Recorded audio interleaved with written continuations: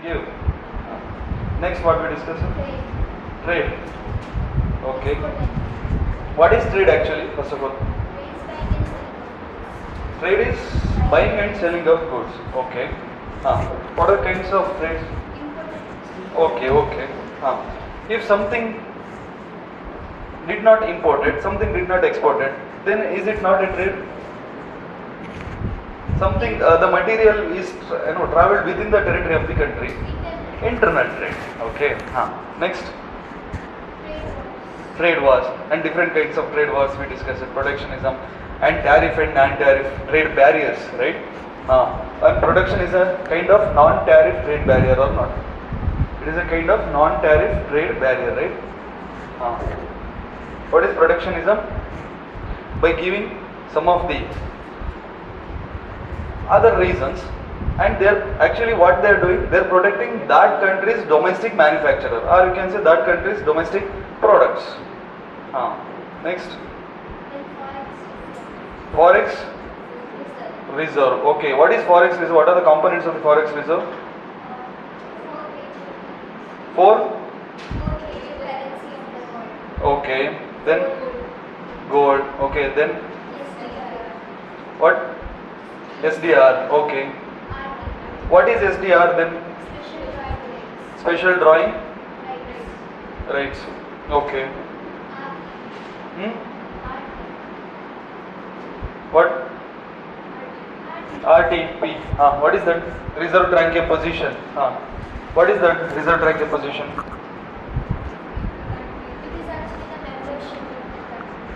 In the World Bank or IMF, in the IMF, and that was the country when the member country of IMF, when it is in a crisis kind of situation, those countries will get back their money just to maintain their foreign exchange, just to maintain. This is not a standard procedure. What is the standard procedure of foreign exchange?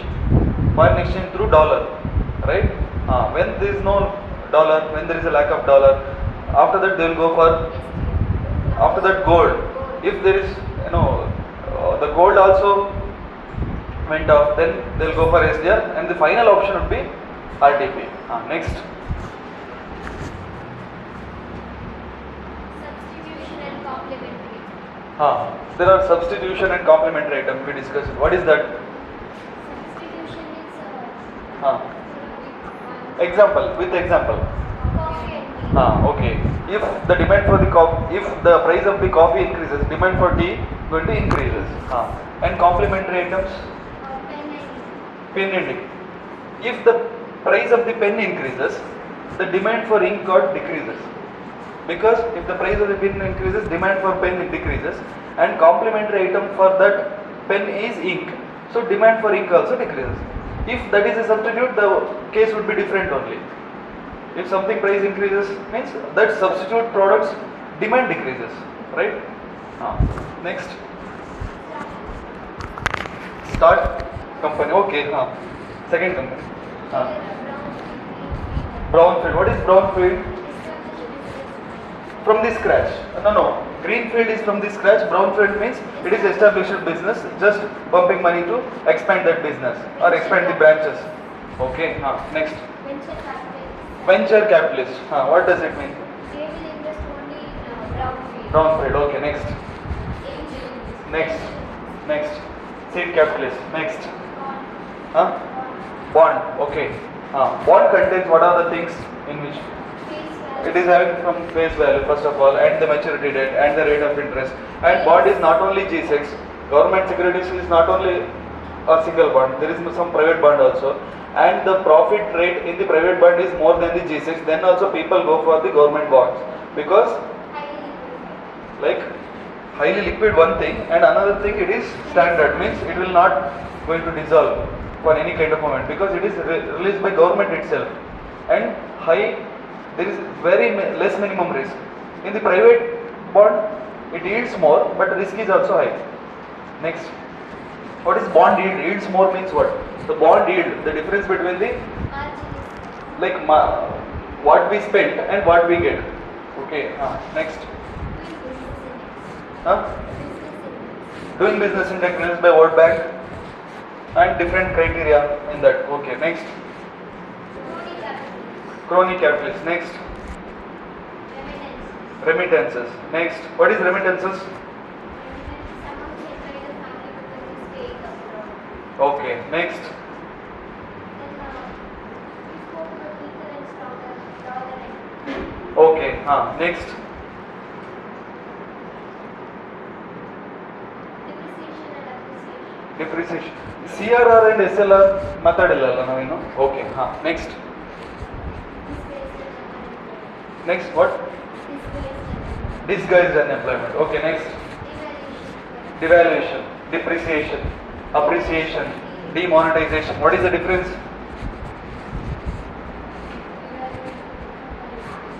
Devaluation is a political, it's a kind of political, and by will they are doing. Depreciation not always a will, sometimes because of the market force, automatic. Sometimes maybe because of the force, just to export led growth, those kind of policies. Okay, next. Formalization. Formalization of economy. In that, what we discussed? Types of organized sector. Okay, next. Secondary power. Secondary power. Okay, next. Retail behavior. Fine. Next. Infrastructure. Infrastructure. Okay, next.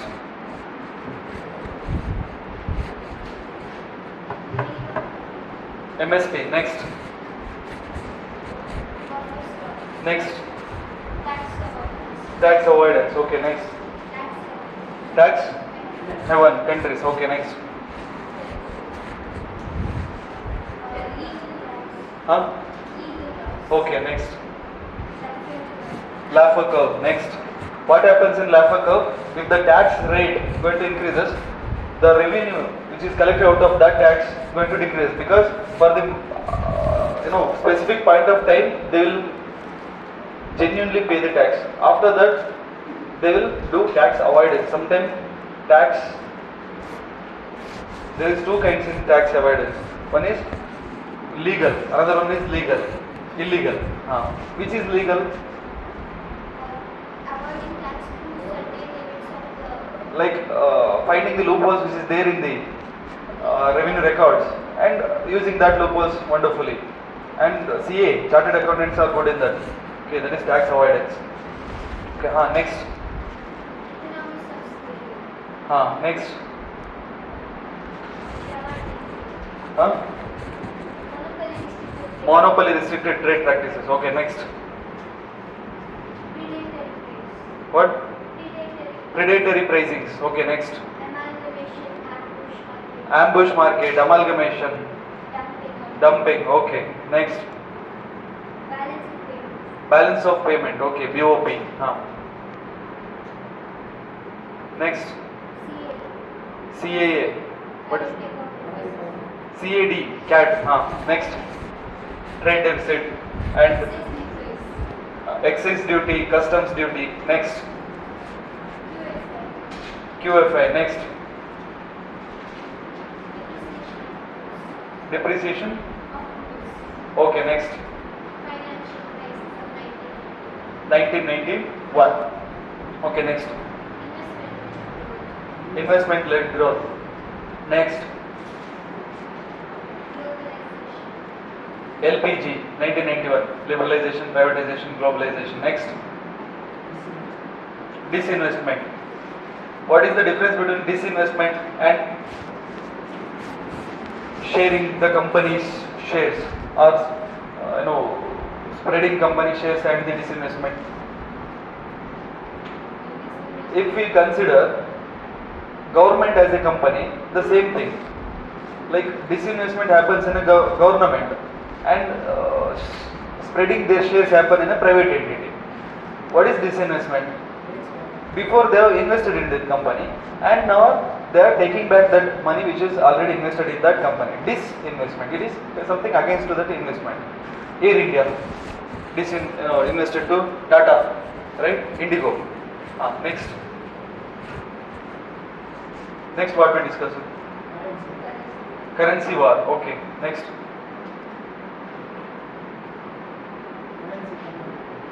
Huh? Convertibility. Okay, next. Dutch disease. What is this Dutch disease? This is something related to Netherlands, right? What happened in Netherlands? Sudden petroleum extraction started. Because of that, rupee value in front of dollar, I mean that country's currency value in front of dollar become very strong, so that rest of the export got affected. Rest of the export, not import, rest of the export got affected, because when rupee value strengthen, it affects the export, not import. So rest of the export other than petroleum got affected. So capital fly off started from the Netherlands, right? We discussed this around. Next. See, overall object for these classes, please do watch videos. By tomorrow I will send all the videos. Okay, I'll share with you in that SS100 group, right? By tomorrow I'll send all videos, like even today's videos also. Next. Cascade. Now what is that? This is, tax on tax. To avoid that, this is a tax on tax. Cascading effect of tax means it is a tax on tax. Next. Globalization of profit. Okay, next. Next.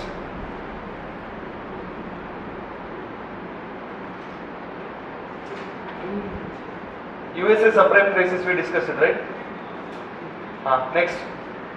We discussed it or not? Like USA, they gave home loans. They gave home loans in 2007-8. So the people of USA, they not able to repay back. We discussed it, right? Next. That is a trade expansion. Okay, next. Subprime crisis. Okay, next. What? Next. G6. Okay. After that, that's it. G6 was the last, Okay.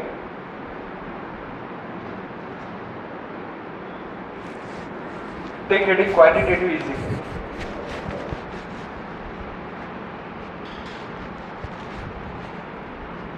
Something quantitative is what? Quantity is not quality, it's a number, right?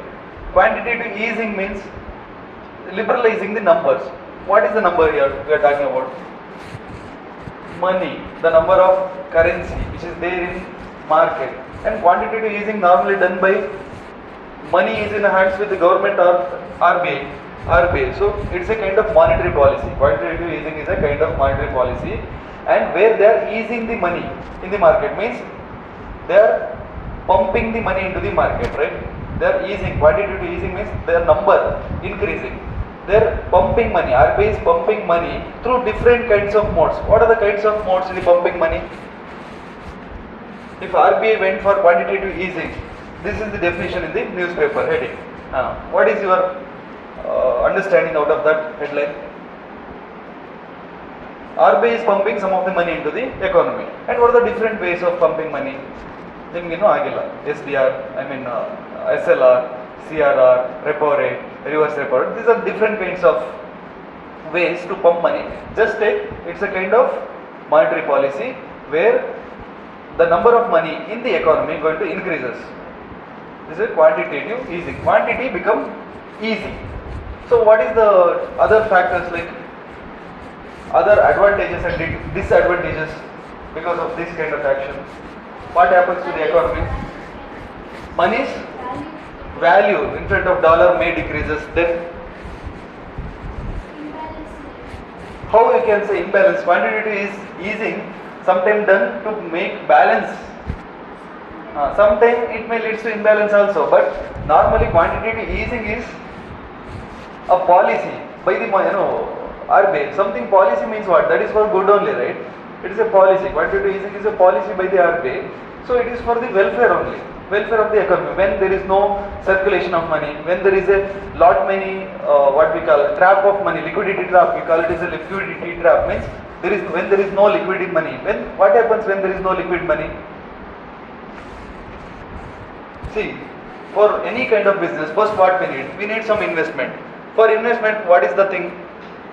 We must have some liquid money in the market. If every money is pledged in somewhere else, in the form of gold or in the form of some asset, means that is not a healthy economy's quality. Healthy economic quality means money must circulate within economy in the form of investment, in the form of production, in the form of manufacturing, in the form of demand, in the form of supply. Like it should translate. Transaction should happen. Otherwise, what happens? Liquidity trap. Liquidity trap means what? Money is parked in somewhere else in the form of gold, in the form of asset. So against that is quantitative easing. This is the situation where there is no money in the market. RBI motivated to push some of the money into the market. Quantitative easing means the money quantity going to increase in the economy. Right.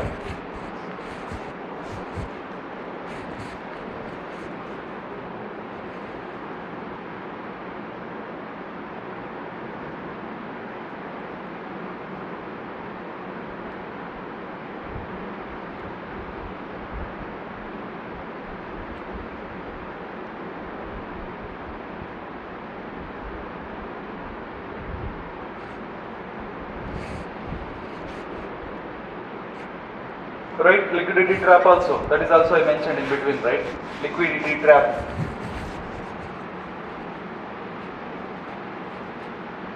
What is it?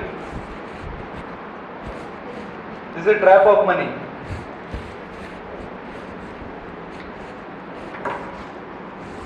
The liquid cash is trapped in somewhere, like sometime in the bank account, sometime as an asset. Okay.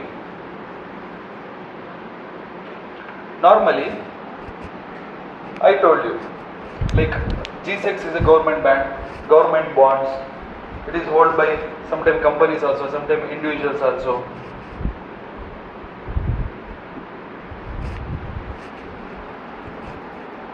If RBI wants to do quantitative easing, it will buy the bond or it will sell the bond. It is having lot many G-Secs because it is from government side. RBI is face of government only, economic face of the government.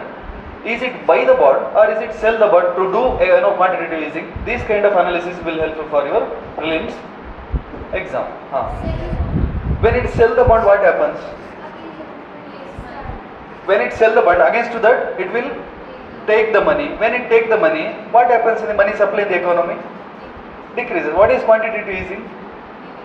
Giving money. So it should buy the bond which is there already in the commercial bank. When the bond from the commercial bank reaches RBI, the money in the RBI reaches commercial banks. When commercial bank having money means they will invest for the investors. They will give loan for the investors, right? When investors get easy loans, they will invest in the market. So that money transaction in the market going to increases. That is what quantitative easing, right? So this is against to the bond movement. When the bond reaches from RBI to commercial banks means the loan reaches from commercial bank to RBI. Money reaches from here to here. Like consider RBI is here and commercial bank, and here I am a person. I want money to invest. And there is G-Secs here also, here also, here also. Because G-Secs can be buy by the individual, can buy by the company, can buy by the banks also. And being the RBI, it also holds so many G-Secs. When the G-Secs move here from here, means money which is there in the market or which is there in the commercial bank move here from here. So this is against to quantitative easing. So quantitative easing means money should be the number of or the quantity of money in the economy should be more. That is quantitative easing.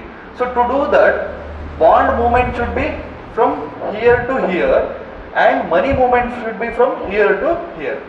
When it is here, when there is a money in the commercial bank, that automatically reaches the common public or automatically reaches the investors. When money reaches the investors hand, he will automatically invest in the market. When he invests in the market, he will automatically money circulation in the market going to increases. This is the story.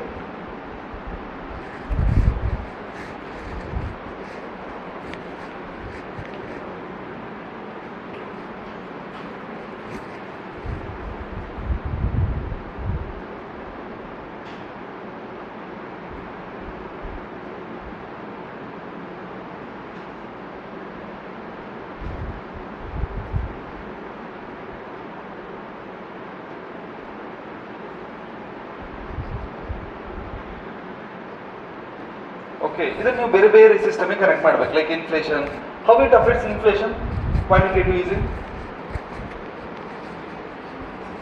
Inflation increases because see, when the number of money in the economy going to increases, the value of money going to decrease in front of dollar. When the value of money decreases, that itself is inflation. ಮೊದಲು ಇದಕ್ಕೆ 10 rupees, ಈಗ 50 rupees means value of the 50 today's 50 rupees is 10 rupees, the then value, right? So 50 rupees is equal to 10 rupees. So value of money got decreased. So it affects inflation, right? Quantitative easing. And how it affects our export if there is a quantitative easing in the economy? Export promotes. This is another a policy for export-led government or export-led market, or you can say export-led growth. Today government is focusing on quantitative easing to do export-led growth. Why export-led growth? India is focusing on export-led growth. Why? Yesterday in our last class we discussed it, right? Then PDA and structure of economy and everything we discussed it, right?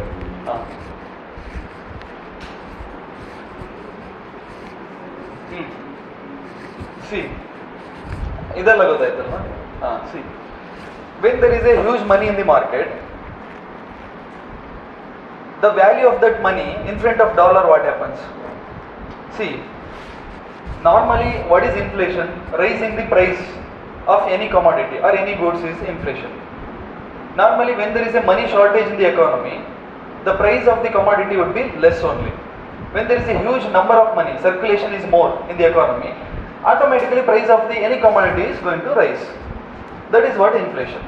Quantitative easing is nothing but increasing the money, money supply in the economy. When there is increase in the money supply, the price of the goods automatically going to increases. When the price of the goods going to increases, that itself is an inflation. So quantitative easing leads to inflation in the economy. Okay. See, when there is a inflation, the rupee value in front of dollar going to increase or decreases. Tumba rupee ide, like consider dollar as a commodity. Okay. Tumba rupee ide anta ankoli.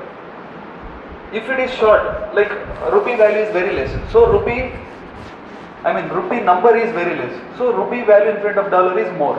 When the rupee number is more, rupee value in front of dollar is less. When there is a rupee value less, it supports exports. That we discussed a lot many times. Like why it supports exports? Because I gave an example of foreign person, the person from USA, he is expecting to import basmati rice from rest of the countries, and in front of him there is two countries, India and Pakistan, and we consider Pakistan currency is also rupee, and Pakistan is equal to one rupee is equal $1 is equal to 50 rupees, and India $1 is equal to 100 rupees, and he is like he want to import basmati rice from India, not from the Pakistan, because here 1 rupee is equal to $1 is equal to 100 rupees. So when there is a rupee value less in front of dollar, so our export going to increases. ಇದನ್ನೆಲ್ಲ ನಾವು discuss ಮಾಡಿದ್ದೀವಿ ಅಲ್ವಾ? When our rupee is weaker, our export would be stronger in international market. Our export would be like competitive in international market. Okay.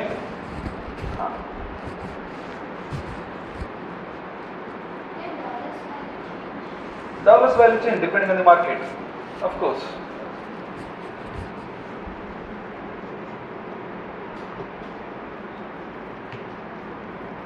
See, is this a monetary policy or the fiscal policy?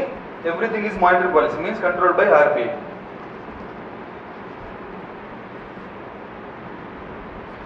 Take heading dual dilemma.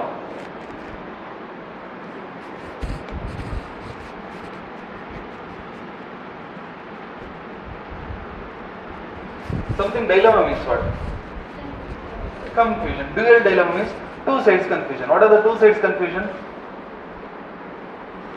See, inflation for some extent it is good, but hyperinflation is always bad. To decrease inflation, what normally we will do?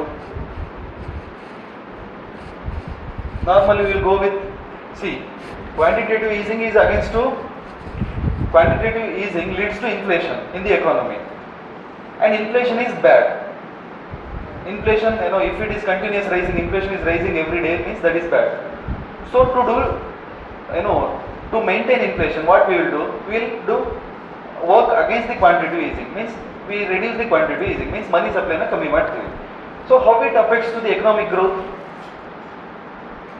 To reduce inflation, we works against the quantitative easing. Yes or no?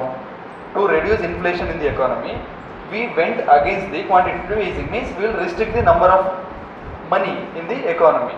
So how it affects on the economic growth? When there is no money in the commercial banks, they are not able to lend to the investors. When there is no investment, means that is against to the economic growth or not? Yes, right?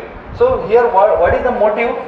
Our motive, we are acting against to the quantitative easing just because reducing inflation, but it is affecting our economic growth. This is called dual dilemma. Our motive is to decrease inflation, but what is happening? Growth itself is decreasing. Our motive is to reduce inflation, but what is happening? Growth itself is decreasing.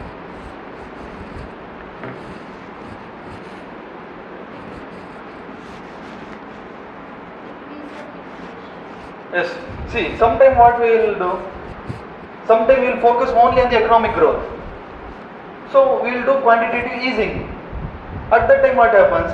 Automatically inflation again, again inflation rises. So it is a dual dilemma. Idan madok hodre adagutte, adan madok hodre idagutte. It's a dual dilemma. It's a concept in the economy. If you want to try to reduce inflation, growth also reduces. If you try to increase economic growth, inflation also increases. This is dual dilemma. And what should be the policy then? Buddha's Madhyam Marg. It should be maintained properly, depending on the situation.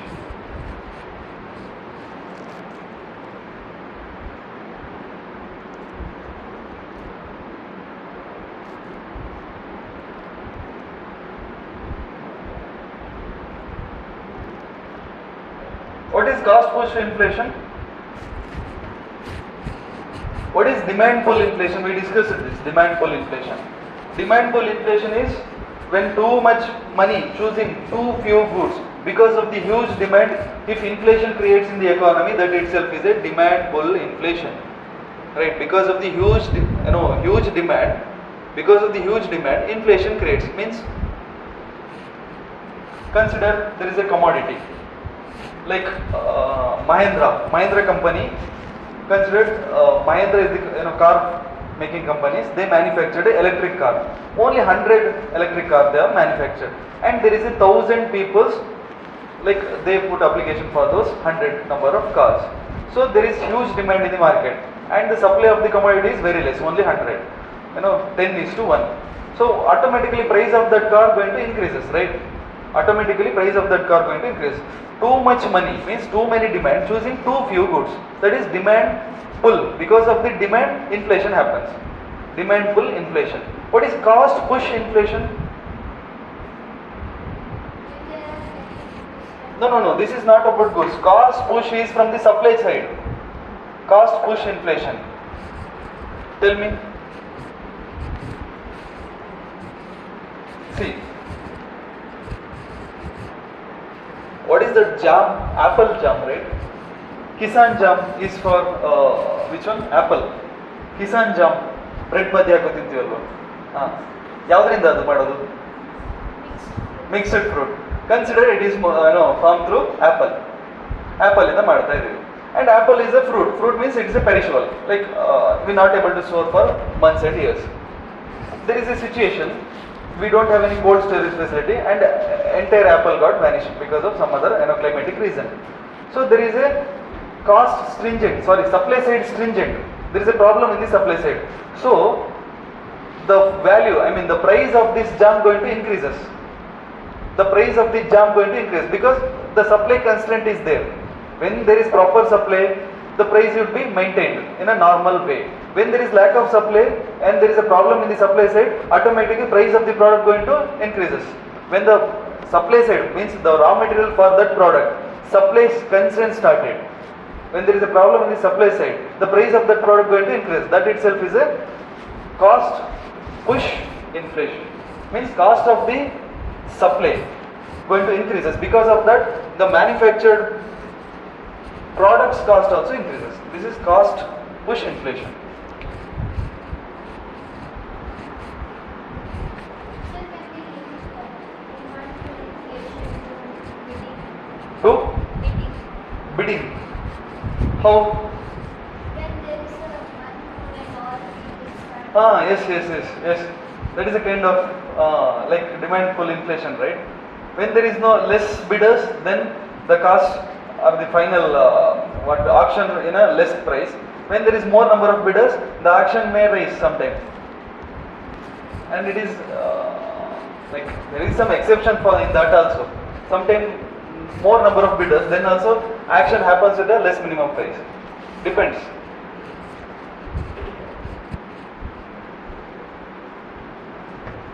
What is flight of capital? ಇದ್ರ ಬಗ್ಗೆ ಮಾತಾಡಿಲ್ವಾ? Flight of capital. Take heading flight of capital.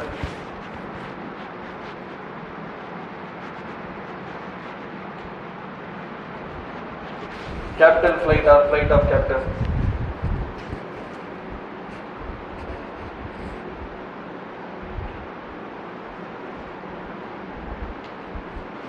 See, while discussing Dutch disease, I told you.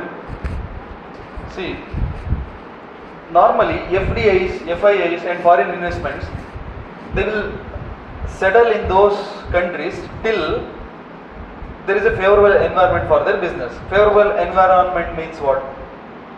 ಯಾವುದಾದ್ರೂ investors ಎಲ್ಲಿ ತನಕ ಒಂದು ಕಂಟ್ರಿಯಲ್ಲಿ ಇರ್ತಾರೆ ಅವ್ರಿಗೆ ಒಂದು ಒಳ್ಳೆ ಎನ್ವೈರ್ಮೆಂಟ್ ಇರೋ ತನಕ. ಒಳ್ಳೆ ಎನ್ವೈರ್ಮೆಂಟ್ ಇನ್ವೆಸ್ಟರ್ಸಿಗೆ ಯಾವುದು ಒಳ್ಳೆ environment? The law and order should be good, and from the economic side there should be demand for their products in that domestic market, and to export their products to different other market, the export law should be easy, and there should be some free trade agreement, and there should not be any sanctions, right? These are the favorable environment for any investors who are seeking for. Sometime what happens, because of some other reason, because of the political problem, because of the some other war and all, or because of some other diplomacy, there would be sanctions.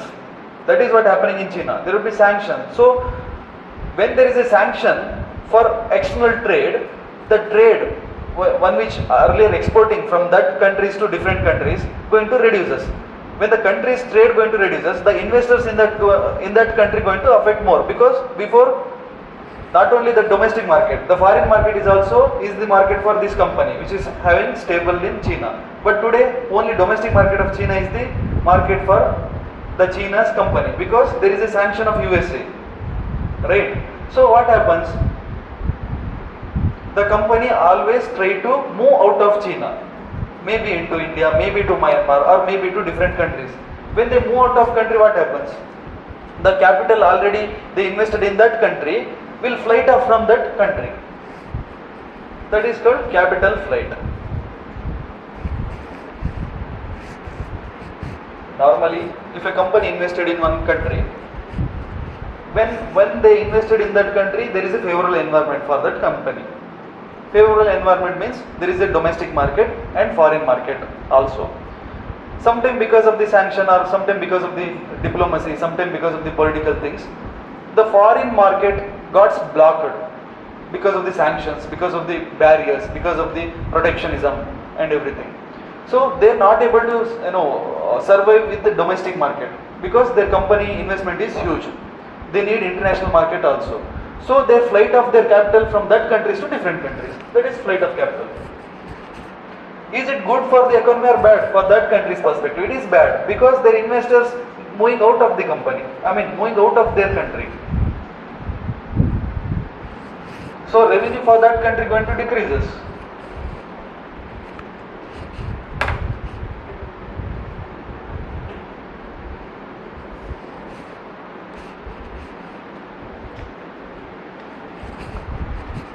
Take federal tightening as I did.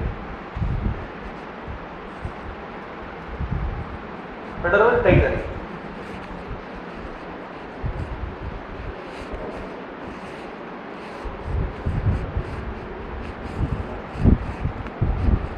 See, normally what is rupee value fall? What is the name for when the rupee value going to decreases? when the rupee value going to decreases, what is the name for that kind of situation? Deflation. Deflation means rupee value in front of dollar going to decreases, right? When there is a deflation in the economy, means rupee value is less in front of the dollar. Along with that, if there is so many other problems, then we call it as a federal tightening, means the tight economy and the tight economy. So many other problems means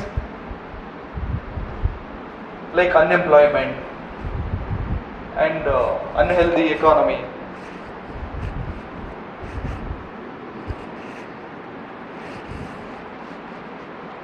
Lot of sanctions, protectionism, trade barriers. Already many problems, established problems. Along with that, if the price, value of that country's currency going to decreases, then we call it as a federal tightening. This is news paper la nodta irthe. China is facing federal tightening, or some other country is facing federal tightening. After this class, you must understood what it is, that what they are talking about. They are talking about their country is in a problem. Along with problem, their country's currency's value going to decreasing in front of dollar. This is the meaning. In a single line, what is the definition of federal tightening? Along with so many problems in the economy, if the domestic currency's value decreases, it is federal tightening.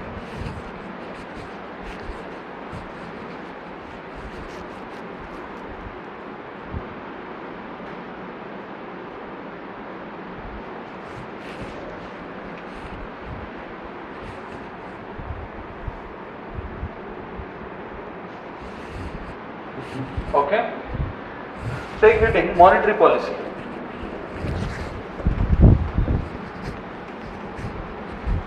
Monetary policy means something related to RBI. And I told you, RBI can control the money supply in the market. Monetary policy. RBI can control money supply in the market.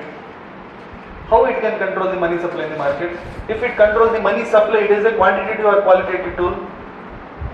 Quantitative tool. So RBI not only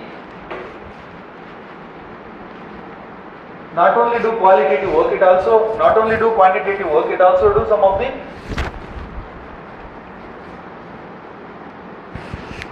not only do qualitative work, it also do some of the quantitative works. What is the qualitative and quantitative? What is the difference? See, RBI, it recommend the other commercial banks, like this should be the procedure of lending, this should be the, like it is a guidance. If it guided the other central banks, other commercial banks or other NBFCs, non-banking financial companies, or other, different sectors which is there in the economy. If it guides, then that is a qualitative. Quantitative means if it increases or decreases the quantity of money in the market, that is quantitative measures. And let us discuss some of the quantitative measures of the RBI, that is monetary policy. First one, repo rate.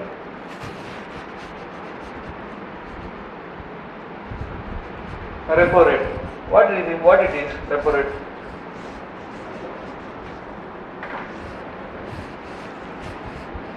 What is repo rate?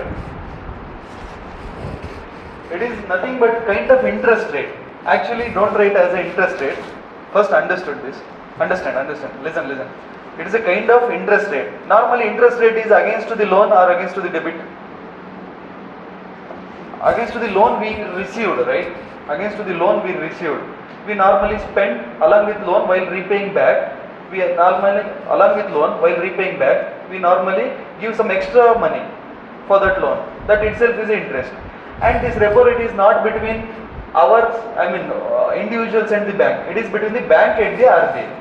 When RBI lends money to the bank, and while it getting back that money, it also take back along with premium. It also take back some more money with that. That is called repo rate. Means it is a kind of interest rate of the RBI. It is a kind of interest rate. It is not an interest rate. Okay. RBI. First, what is the work of RBI? It lends money to the commercial banks. And commercial banks repay that money back to the RBI. While repaying back that money to the RBI, these commercial banks spend some extra amount to the RBI. It pays some extra amount to the RBI. That is repo rate. That extra amount is a kind of interest rate, right? Illidre sumne yaake kodtare.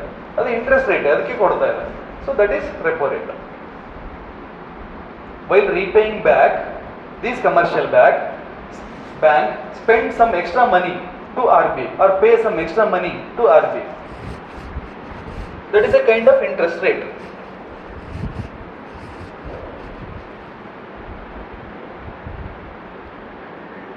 So from where money is moving? First, initially the money moved from RBI to commercial bank. Okay. While receiving money, these commercial banks, while receiving money only, this RBI going to fix the repo rate. So it's a kind of interest rate. Fix madad first ಗೆ ಯಾವಾಗ ಕೊಡುವಾಗಲೇ. I told you this is a technique of, or this is a procedure of controlling money supply in the market. How RBI can control money supply in the market? Just by repo rate. Repo rate is set by RBI only. Yes, percentage the percentage is set by RBI only. And if the motive is to increase money supply in the market, so the repo rate would be small or big? Small. How? When it is small, what happens? Commercial bank easily get loans, or commercial bank gets loans with less minimum interest. When commercial banks gets loan with less minimum interest, that will lend loan for investors with less minimum interest only. So investment in the economy going to increases. So money supply in the economy going to increases. So to make money supply in the economy more, RBI go with less minimum repo rate. Repo rate is a kind of interest rate of the RBI which normally lend money to the commercial banks. When the commercial banks receives money with less minimum interest rate, they can able to give loan for the investors in a less minimum interest. ಅವ್ರಿಗೆ ಸಿಕ್ಕಿದ್ರೆ ಮಾತ್ರ ಅವ್ರಿಗೆ ಕೊಡೋಕ್ಕಾಗೋದಲ್ವಾ. So indirectly it can control the money supply in the market. RBI by giving money in a less minimum interest rate, it can indirectly control the money supply in the market, right? Next, reverse repo rate.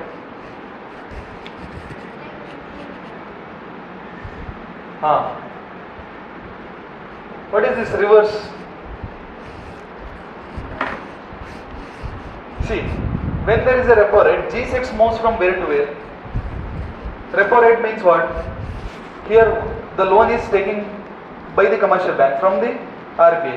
The loan is moving from the RBI to commercial bank means G6 is moving from commercial bank to RBI. Reverse repo rate means what?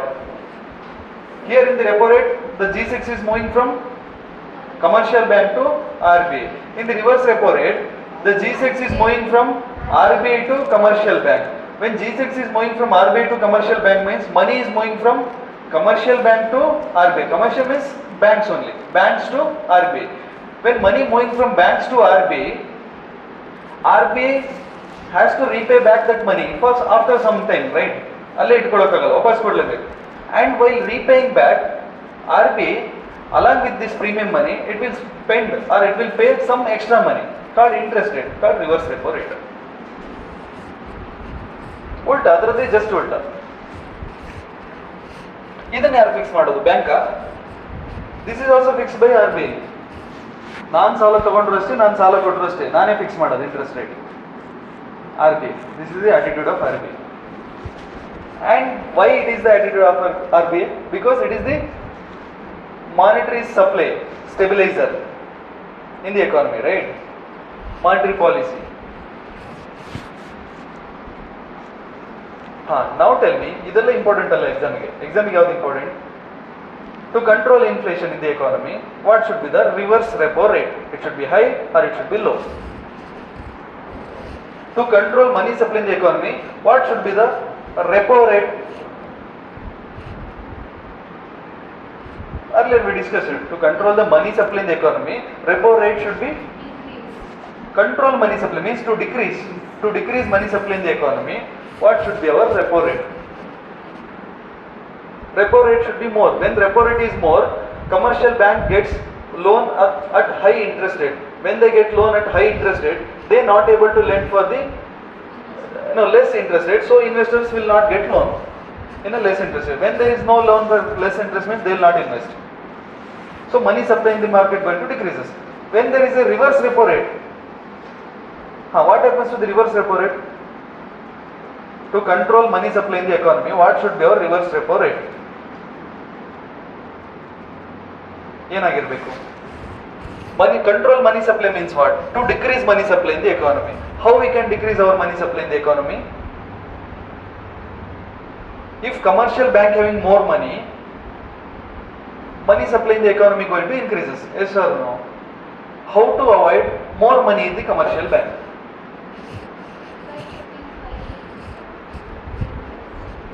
See, when there is a high repo rate means what? Less money in the commercial bank. Low repo rate means more money in the commercial bank. How? Low repo rate means low interest rate. So they will get more money. They can. High reverse repo rate means what? High interest rate which RBI is giving. So what happens? What happens? See, my question is, to decrease money supply in the economy, what should be the reverse repo rate? Think, and you know what is reverse repo rate? You know what is repo rate? And answer my question.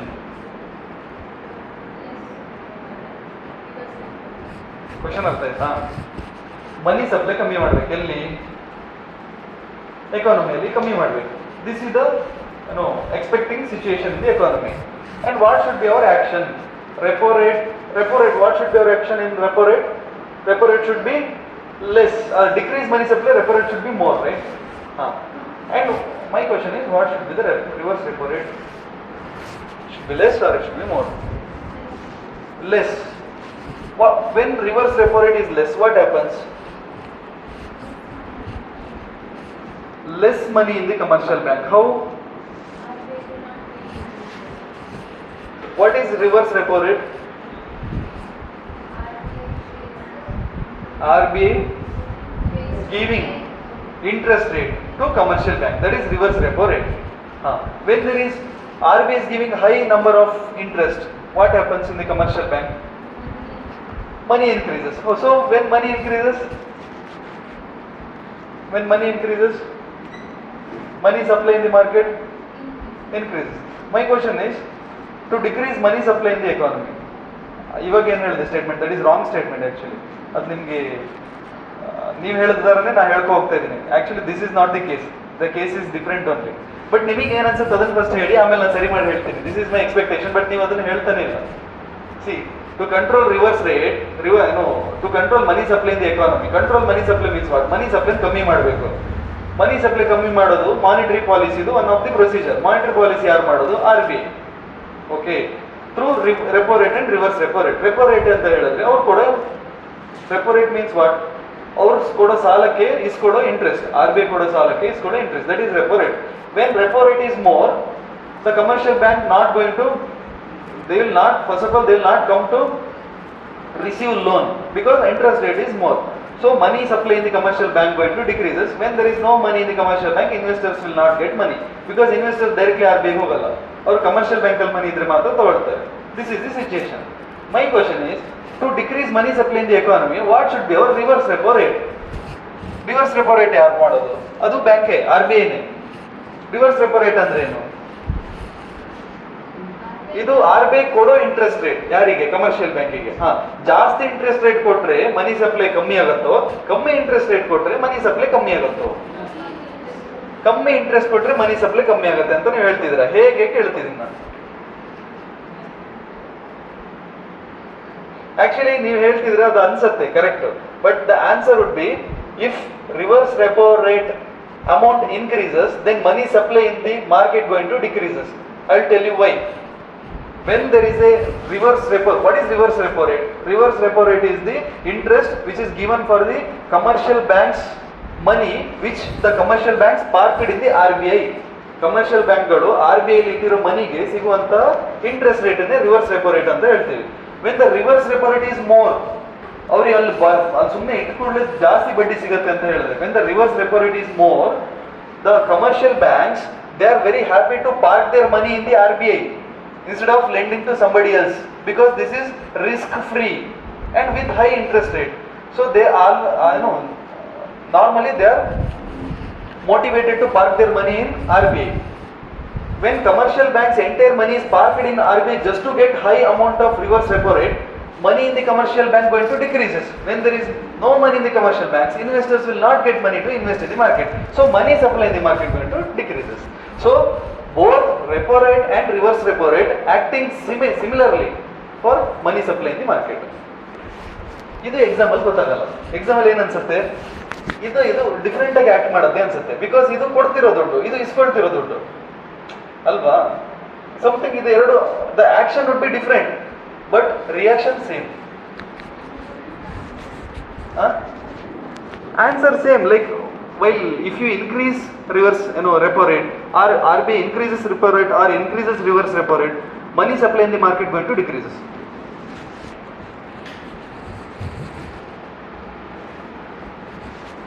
If RBI increases repo rate, if RBI increases reverse repo rate, whatever may be, the money supply in the economy decreases. This is one kind of monetary policy. If there is a federal tightening in the economy, what is federal tightening? In non economist tara maatadta hogbod because you know everything. If there is a federal tightening in the economy means like tight economy means there is no money supply, there is no liquidity in the market. Liquidity trap happened. Liquidity trap, that also you know, right? Liquidity trap. When there is a liquidity trap, what should be the RBI policy? Like reverse repo rate should be more or reverse repo rate should be less? Reverse repo rate should be less. When there is less reverse repo rate, commercial banks will not park their money in the RBI.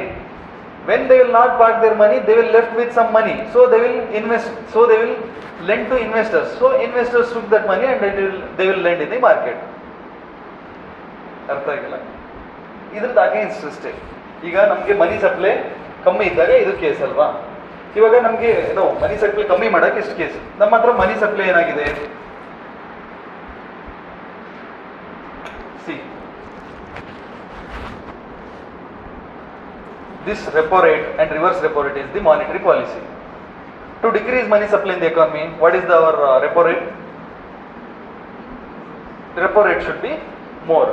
To increase money supply, normally ಯಾವಾಗ ನಾವು ಮನಿ supply ಜಾಸ್ತಿ ಮಾಡಬೇಕು ಎಕಾನಮಿಯಲ್ಲಿ? Already ಮನಿ ಕಮ್ಮಿ ಇದ್ದಾಗ. ಎಕಾನಮಿಯಲ್ಲಿ ಮನಿ ಕಮ್ಮಿ ಇದೆ, quantity of money is less. So our motive is to increase the money supply in the economy. Our means RBI motive is to increase the money supply in the economy. And increasing money supply in the economy is one of the monetary policy of the RBI. How it will increase the money supply in the economy? Through repo rate and reverse repo rate is my question. How it will increase the money supply in the economy? When it decreases repo rate, what happens? Commercial banks gets loan with less minimum interest. When it decreases repo rate, commercial banks, just listen, don't write. When it decreases repo rate, commercial banks gets money with less minimum, gets loan with less minimum interest. When commercial banks gets money with less minimum interest, the benefits which gets by the commercial banks from the RBI means very less minimum interest rate automatically transfers to the investors in the name of again decreasing interest rate. So investors getting money in a less minimum interest rate means what? He is motivated to invest more and more money in the economy. When he invested more money in the economy, money supply in the market going to increases. So to increase the money supply in the market, repo rate should be less. Hold on. Okay. Now come to reverse repo rate. Reverse repo rate is the rate at which RBI park the banks, commercial banks money with it. Reverse repo rate means the rate at which RBI parks commercial banks money with it. ಅಂದ್ರೆ commercial banks ಅಲ್ಲಿರೋ ದುಡ್ಡನ್ನ RBI ತನ್ನ ಹತ್ರ ಎಷ್ಟು interest ಗೆ ಇಟ್ಕೊಳ್ಳುತ್ತೆ ಅದನ್ನ reverse repo rate ಅಂತ ಕರಿತೀವಿ. When it is high, commercial banks used to keep more money in the RBI, so there is less money in the commercial banks, so there is no money for the investors to invest. So money supply in the market going to reduce. So our motive is to increase the money supply in the economy. To increase money supply in the economy, there should be, first of all, there should be money in the commercial bank. To increase the money supply in the economy, there should be investor to invest. And investors get money only when there is a money in the commercial bank. When there is a money in the commercial bank, when there is a high reverse repo rate, All money in the commercial banks, they used to park in the RBI. When there is a less reverse repo rate, they will not tend to park their money in the RBI because definitely there is a less reverse rate. So they will give that money to investors to invest in the market. So to increase money supply, both reverse rate and reverse repo rate, both repo rate and reverse repo rate should be less. That's it.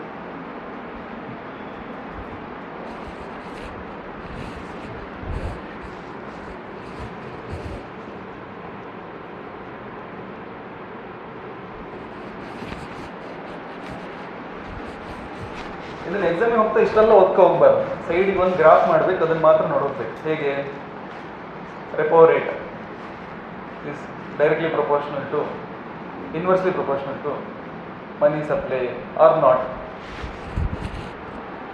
My statement is right or wrong?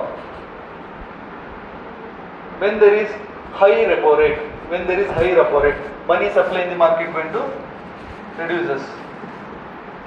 Yes, ಇದೊಂದು ಬರ್ಕೊಡಿ.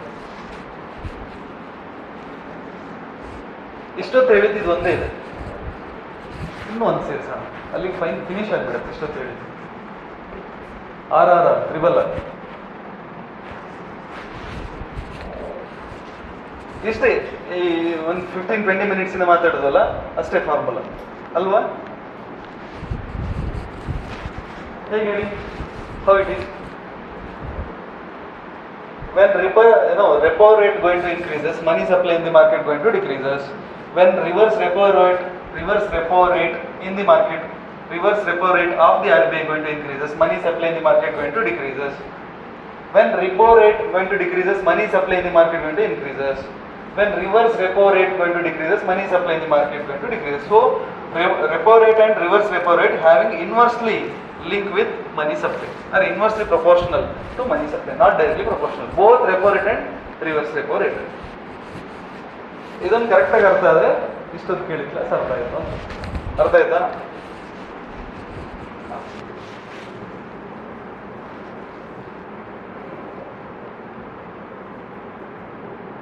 To increase the rupee value in the market, what is the action by the RBI to increase the rupee value?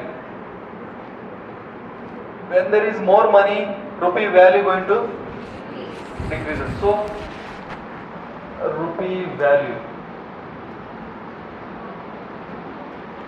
going to decreases. When there is more money, rupee value ಏನಾಗುತ್ತೆ? Decreases. ಸರಿ ಹೇಳಲ್ಲ, ಅದನ್ನು ಹಾಗೆ separate ಬರೀರಿ. When there is a more money, rupee value in the market decreases.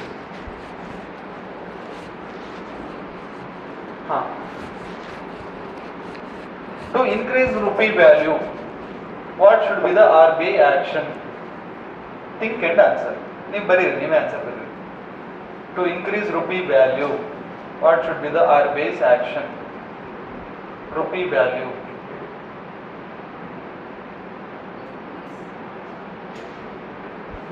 Increase repo rate. To decrease rupee value,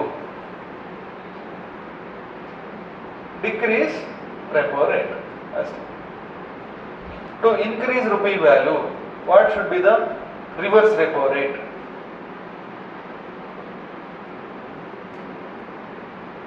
To increase rupee value, what is the repo rate? Rupee value ಜಾಸ್ತಿ ಆದಾಗ, ನೀವು ಇನ್ನೊಂದು ಶಬ್ದ ಬರೀಬೋದು. ಹೇಗೆ ಹೇಳಿ, ಇಲ್ಲೇ rupee value ಬರೆದ್ರೆ ಏನು ಹೇಳಿ ಈಗ? To increase, when reverse repo rate increases, money supply in the market going to decreases. When there is less money means rupee value more, means reverse repo rate is directly proportional to rupee value, means to increase rupee value our repo rate should be more. Are you getting my point? In reverse repo rate means what? When there is more reverse repo rate, money supply in the market going to decreases. When there is less money, again rupee value going to increases. So reverse repo rate is directly proportional to rupee value and indirectly proportional to money supply. To increase reverse repo rate, to increase rupee value, our repo rate should be, to To increase rupee value, our repo rate should be more. To decrease rupee value, our reverse repo rate should be less. To decrease repo rate, to decrease rupee value, our repo rate and reverse repo rate should be less. Directly proportional. Adun nenpitkolli enough. ಈ ಒಂದನ್ನು ಬಿಟ್ಬಿಟ್ಟು this is the $1 million formula for entire chapter one formula.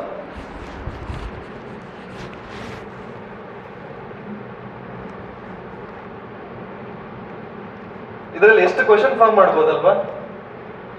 ಅರ್ಥ ಇದ್ರೆ ಮಾತ್ರ. ಅರ್ಥ ಆಯ್ತಾ ಎಲ್ರಿಗೂ ಇದು ಈ ಫಾರ್ಮುಲಾ? ಯಾರಿಗೆ ಅರ್ಥ ಆಗಿಲ್ಲ ಈ formula? I will explain it again.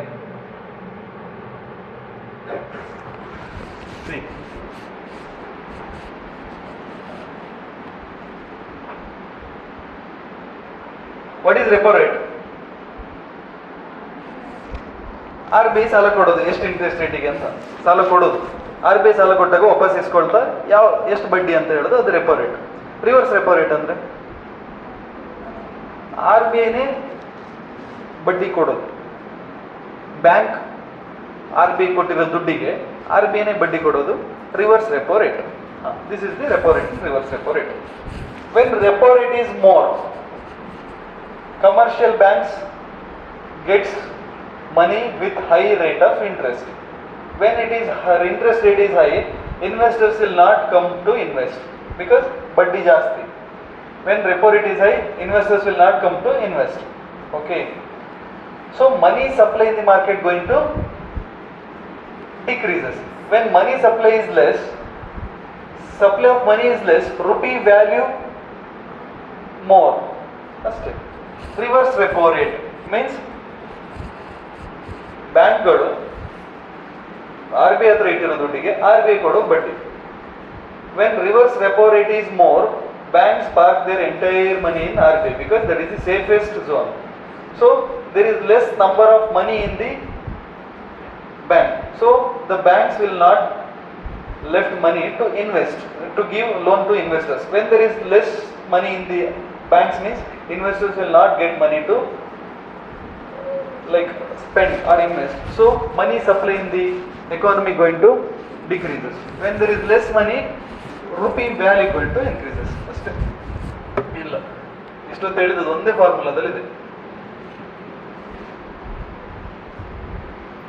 Okay, take heading as opportunity cost. This is another formula. I mean another concept in the economy.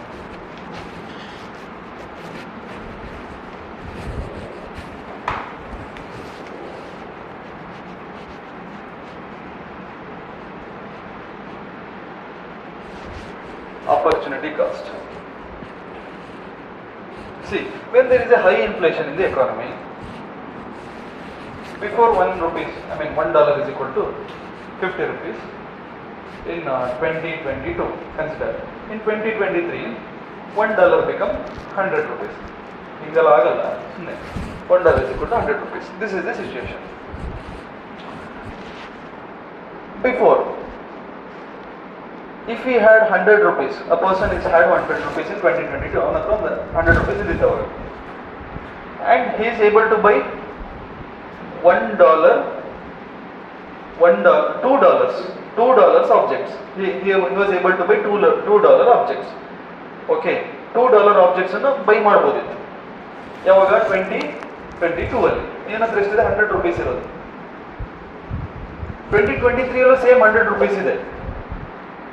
Okay, but he is only able to buy $1 objects. His opportunity of buying $2 objects going to decrease it. That is opportunity cost. On opportunity loss side, just because of inflation, opportunity of doing other thing is lost. Is just because of inflation. It's called opportunity cost. This is actually standard definition. Opportunity of doing other thing was lost. Opportunity of doing other thing was lost is just because of inflation in the economy. Inflation may be because of increasing repo rate and increasing reverse repo rate. Is it like that? No. Inflation is because of decreasing repo rate and decreasing reverse repo rate. Okay, this is what opportunity cost. The definition of opportunity cost is like opportunity of doing other thing going to decreases.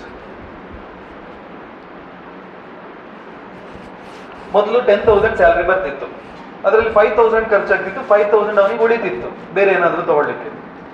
ಈಗ 10,000 salary ಬರ್ತಿರೋ 10,000 ಖರ್ಚಾಗ್ತಿದೆ. So his opportunity of doing other thing going to reduces just because of inflation, right? That is opportunity cost.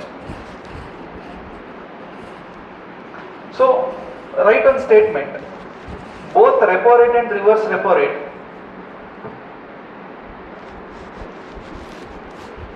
if it increase,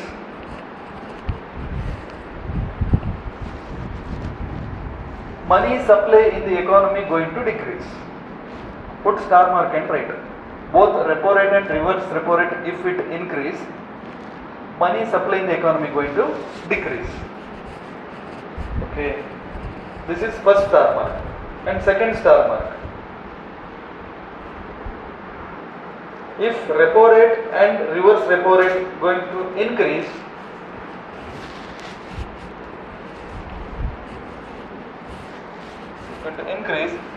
rupee value is also going to increase.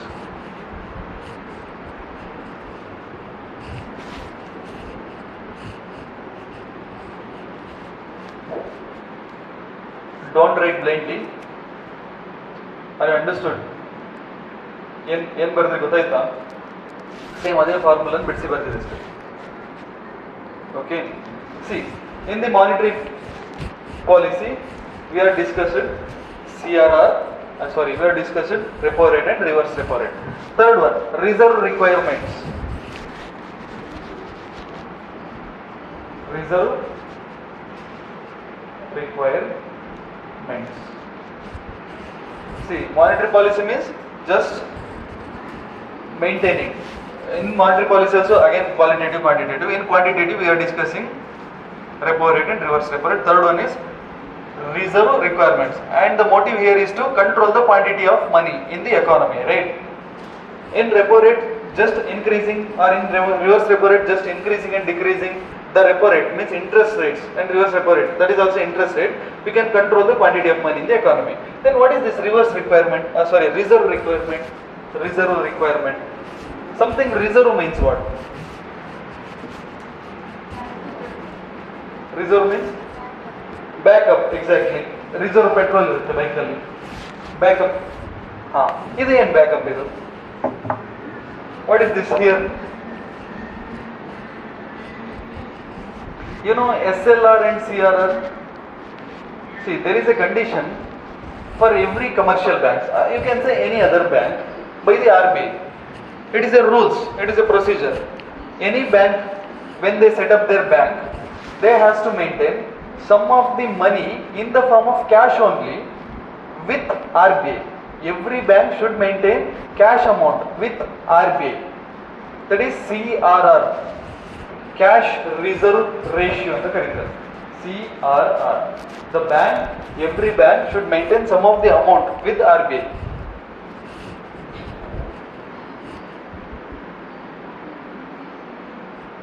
Amount of cash bank have to maintain with RBI. Amount of cash bank have to maintain with RBI. This is the procedure. If you take any kind of banks, every bank had their premium, not premium, had their amount in their RBI. This is the dead money. This is the procedure. Okay. Then take SLR, statutory liquidity ratio. Statutory liquidity ratio. SLR. See, when there is a SLR, I told you statutory liquidity ratio. Liquidity is not only cash is liquid, something else like G-Secs is also liquid. I told you gold is also liquid currency. G-Secs is also liquid. So it is not only cash, along with cash any liquid currencies like gold, like G-Secs, the banks have to maintain with themselves. This is the procedure of the RBI. Not have to park with the RBI. Bank should maintain with themselves. Themselves means what? In that bank only. This is the another rules which is made by the RBI. Some of the liquid currency or some of the liquid value, it may be a currency, it may be a gold, it may be a G-Sets, but it has some of the worth, some of the value that has to be maintained with bank itself, not with RBI. Okay, that is statutory liquidity ratio. ಒಂದಿಷ್ಟು amount ಅನ್ನು maintain ಮಾಡಬೇಕು. Maintain ಮಾಡಬೇಕು means what? ಅದನ್ನ ಸಾಲ ಕೊಡೋಗಿಲ್ಲ, ಅವ್ರ ಹತ್ರ ದುಡ್ಡಿರುತ್ತೆ, cash ಅನ್ನು maintain ಮಾಡ್ಬೋದು. ಇದನ್ನ consider bank having 1 crore of amount. 1 crore amount ಇದೆ, ಅದರಲ್ಲಿ ಒಂದು 10 crore CRR ಇರಬೇಕು ಅಂತ ಹೇಳುತ್ತೆ. CRR cash reserve ratio RBI ತಗೊಂಡೋಗಿ ಇಟ್ವಿ. That is debt money, right? Bank is not able to lend. Another 10 lakh ಏನ್ ಮಾಡಿದ್ವಿ? SLR ಅಲ್ಲಿ ಇಡಬೇಕು ಅಂತ ಹೇಳಿದ್ರು bank. That is also dead money. We not able to lend as a bank, not able to lend, and we are left with only 80 lakh, right? Yes or no? This is also 10 lakh. This is just an example, 10 lakh. We left with only 80 lakhs. So our lending capacity, being a bank, my lending capacity going to decrease or increase it because of this CRR and SLR? Decrease it. Before I was able to lend till 1 crore. Now I am able to lend just 80 lakhs. So my lending capacity got decreased. This is a kind of indirectly RBI controlling the lending capacity of the bank, right? Indirectly RBI controlling lending capacity of the bank. Just assume, don't write. First learn, I will give time to write. Instead of 10 lakh, RBI told me to 30 lakhs. Told me to park 30 lakh here as a CRR. Told me to put SLR for 30 lakhs. So what happened? 30 plus 30, 60 lakhs. So I'm only left with not 80 lakhs, only 40 lakhs. So my lending capacity is now 40 lakhs. Because 30 lakh is meant for CRR and another 30 lakh meant for SLR. So bank's lending capacity going to decrease it. So this is a kind of money circulation in the economy, right? So who is deciding here? RBI in the name of CRR and SLR. So reserve requirement is CRR and SLR. Government, I mean RBI, indirectly controlling the quantity of money in the economy, right? If there is a tight economy, there is less money in the economy. At that time, RBI can decrease SLR and CRR, right? When they decrease SLR and CRR, the money in the bank going to increases to lend. Money in the bank to lend going to increases. When there is huge money in the bank, investors also get huge money. This is the idea. And there is a inflation in the market, huge money supply. Government, I mean RBI wants to decrease money supply. What should be the SLR and CRR? It should be more. When it is more SLR and CRR, government, I mean banks lending capacity going to decreases. So it can indirectly control the money supply in the economy. This is the idea, right?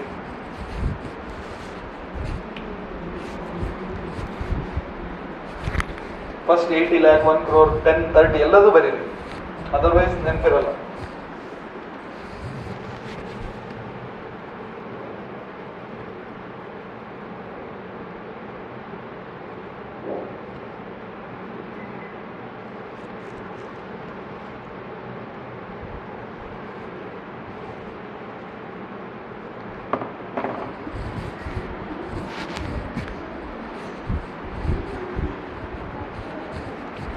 CRR means cash reserve ratio. SLR means statutory liquidity ratio.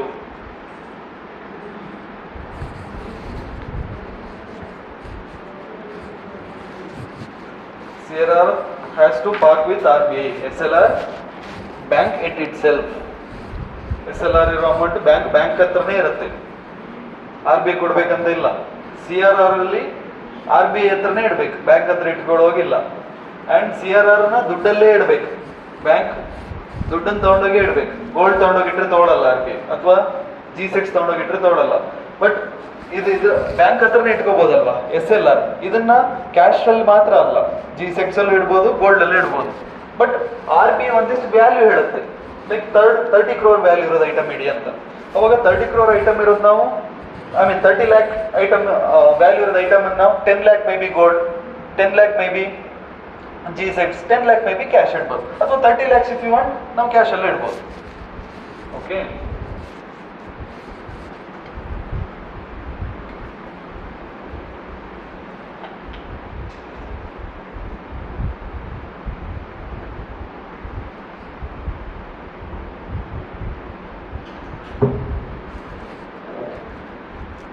CRR ಮತ್ತೆ SLR ಇಟ್ಟಿದೆ ಅಲ್ವಾ, ಇದನ್ನ use ಮಾಡ್ಬೋದಾ bank? ಇಲ್ಲ, use ಮಾಡಿದ್ರೆ entire ಕಾನ್ಸೆಪ್ಟೇ waste ಅಲ್ವಾ. This is to maintain stability of the bank. ಬರ್ಕೊಳ್ಳಿ, ಸ್ಟೋರಿ ಫುಲ್ ಬರೀರಿ.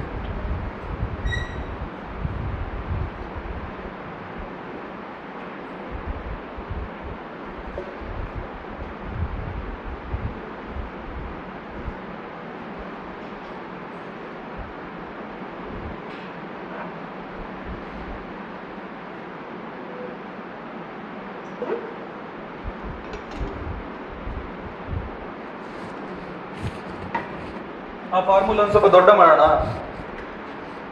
ಏನ್ ಹೇಳಿ?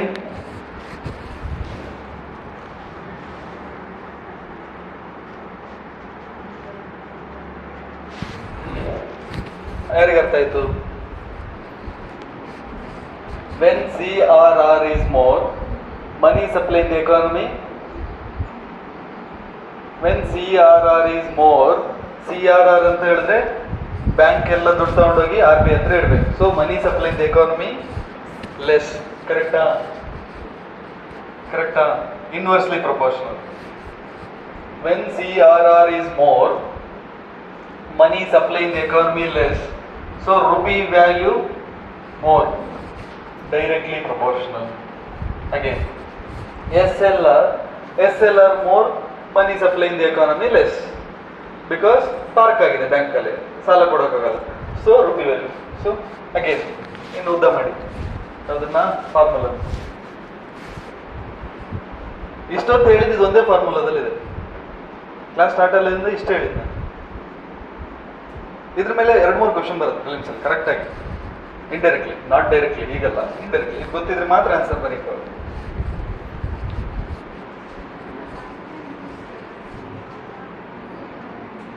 When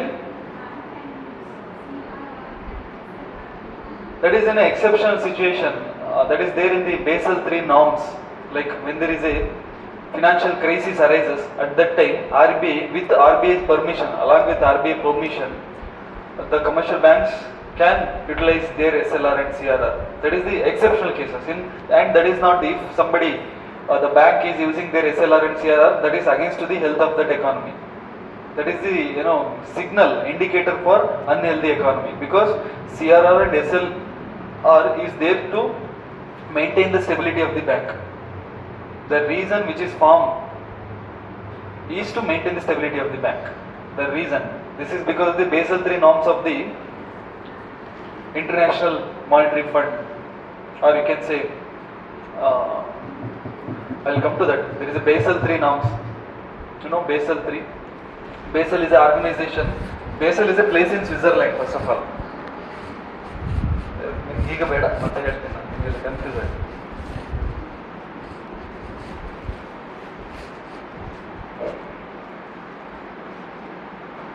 To inject liquidity in the economy, what is my CRR? To inject liquidity in the economy, the CRR should be less or it should be more. To inject liquidity, you know what is liquidity? Inject liquidity means money supply na ಜಾಸ್ತಿ ಮಾಡಬೇಕು ನಾವು. So our CRR should be less. Money supply ನೋಡಿಕೊಂಡು ಅಲ್ಲೇ connect ಮಾಡಿಬಿಟ್ರೆ very good. So loan is an asset for bank, right? Loan is an asset for banks. Loan which received alla, loan is lent, and liability is a, what is liability? The debt is its liability. Means the some persons, if the individuals, they park their money in the bank, no, that is the debt of that bank. That is a liability for the bank. Liable means what? It has to give back. ಅದೆಲ್ಲ school level, ಅದನ್ನ ಮತ್ತೆ ನಾನು ಹೇಳೋದು ಅದು ಗೊತ್ತಿದೆ ಅಲ್ಲ. Loan and what is the profit of the bank? The difference between two kinds of interest, that is the profit of the bank. What is the two interest? The interest which it gives for its debtors, and interest which it gets from its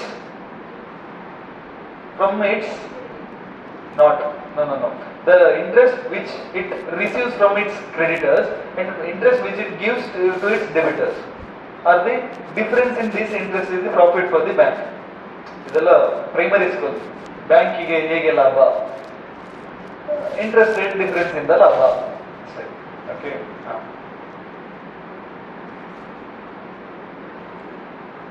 ಈಗ ಮನಿ ಎಲ್ಲಿಂದ ಎಲ್ಲಿಗೆ ಹೋಗುತ್ತೆ ಗೊತ್ತಾಯ್ತು. And against to the direction of the money, the bond or the G6 will move. I told you, against to the direction of the money, the G6 will move. My question is, I want to handle in the inflation. I want to handle the inflation of the economy. The G6 should move from where to where? I want to handle inflation in the economy. I means RBI.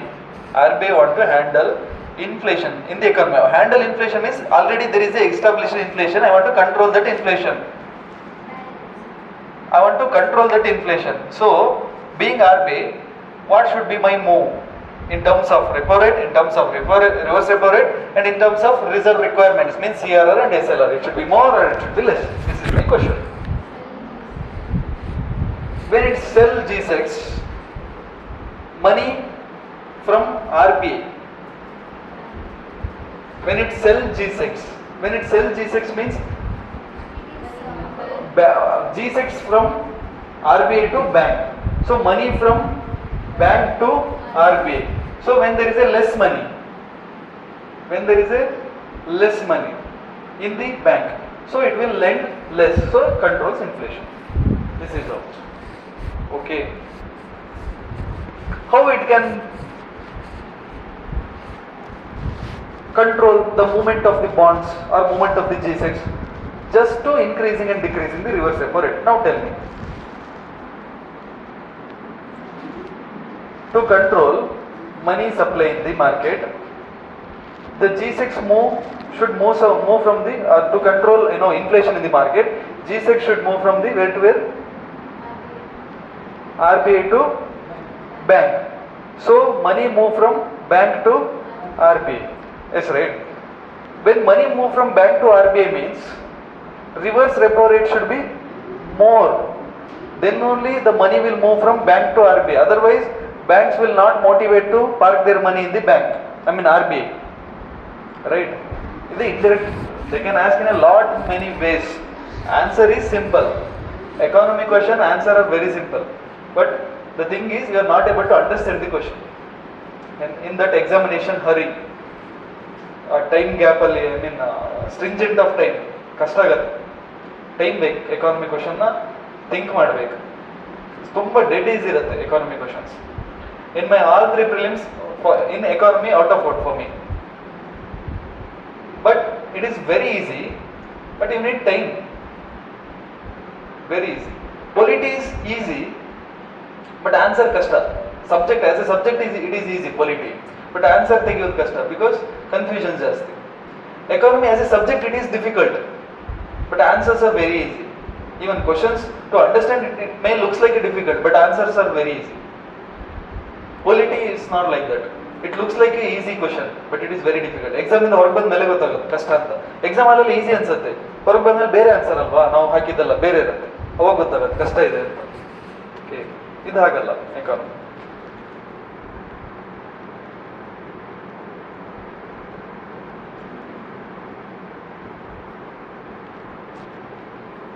Okay, I told you like monetary policy ಅಂತ ಹೇಳ್ತಾ ಇದೀವಿ. And who is this fellow? Like who is the deciding authority to control, to set repo rate, to set reverse repo rate? ಯಾರು? There is a RBI allu ಯಾರು? Not governor. There is a monetary policy committee. Take heading MPC. Monetary policy committee. Okay. In that monetary policy committee, there are 6 persons, 6 members. You can say 6 members. 3 from RBI side and 3 from government side. So, in monetary supply also, it is not free from the government. In monetary policy also, there is a monetary policy committee. In that, the 3% are from the government side. Monopoly. What is monopoly?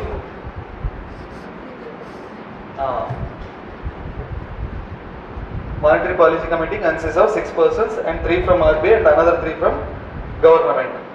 Government means ಯಾರು ಇರ್ತಾರೆ? IAS officers ಇರ್ತಾರೆ ಅಥವಾ ಎಕನಾಮಿಸ್ಟ್ಗಳು ಇರ್ತಾರೆ. Okay, government ಇಂದ. Indian finance service ಅಂತ ಇದೆ, ಅದರವ್ರು ಇರ್ತಾರೆ. Finance service.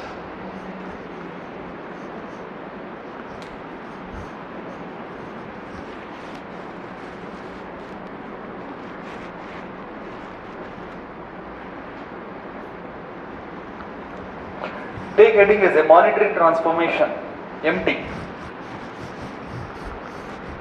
MT, monetary benefit transformation, MBT, or monetary transformation ಅಂತಂದ್ರೆ ಬರ್ಕೊಳ್ಳಿ. ಸೊ monetary benefit transformation ಅಂತ ಬರ್ಕೊಂಡ್ರೆ ನಿಮಗೆ ಚೆನ್ನಾಗಿ ಅರ್ಥ ಆಗುತ್ತೆ. Actually the standard definition is monetary transfer. You can write monetary benefit transfer. See, when monetary policy committee it decreased reverse repo rate or it decreased repo rate, means what? Their main intention is to not with the commercial banks, their main intention is to with the market, with the grassroots level, how it works anta. But most of the time ಏನಾಗುತ್ತೆ, when reverse repo rate is decreases, and in the monetary policy committee, the motive, the reason, the idea behind decreasing reverse repo rate is to give benefits to the investors, so that they will lend more and they will invest more, so that they will receive more and so that invest more. This is the motive behind the decreasing repo rate. Yes or no? Sometimes this is the motive and the decrease also.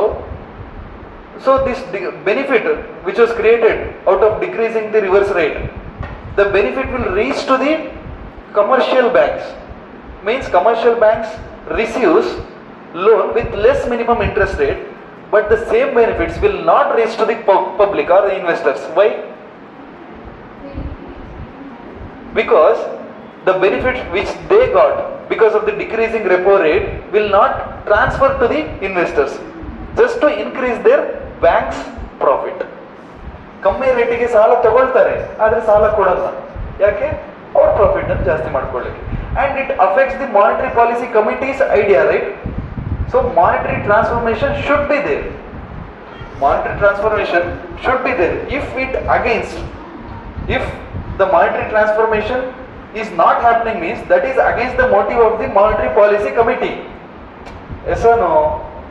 Are you getting my point? See, what is the motive behind the monetary policy committee? Just to decreasing repo rate, or to decreasing the reverse repo rate also, or to decreasing the CRR also, or to decreasing the SLR also, right? SLR, CRR, reverse requirement, reserve requirement. If they decrease the reserve requirement, money supply in the market increases. This is the idea. If the reverse repo rate increases, money supply in the market increases. This is the idea. If they decrease the reverse repo rate in the economy, money supply in the market increases. This is the idea. But the idea reaches the commercial banks, but not more than that. Why? There is a fraud, or there is a mislead, there is a malpractice in the commercial banks. They will not transfer the benefit which they got because of decreasing the repo rate to investors. When the investor didn't get any money with less minimum interest rate, they will not going to invest. Why they will invest with a high rate of interest? They are not going to invest. When there is less investment in the economy, means less money supply in the economy. Are you getting my point? Write it down. That is what monetary benefit transfer.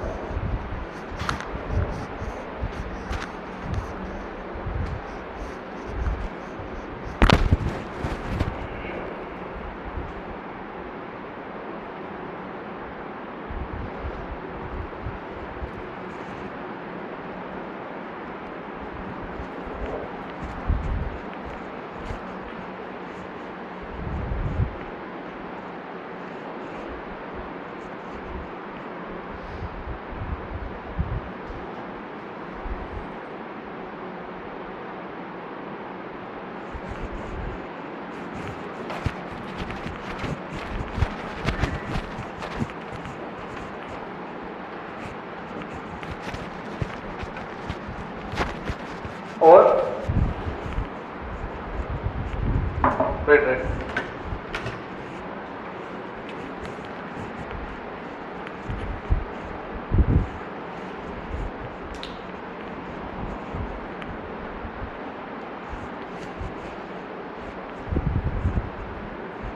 Or see, monetary benefit transferring is not happening in India, and they don't ask the banks like why you are not transferring our benefits to the people. Definitely they'll ask to the commercial banks like why you are not, we are giving benefits to you, but why don't you give them to lenders? And that is our motive. Otherwise we will not, we will not decrease our repo rate, we will not decrease our reverse repo rate. Our motive is to, it should reach to the common public, but you are not letting us to reach to the common public, right? They'll ask definitely. Then what is the reply of the banks to the government?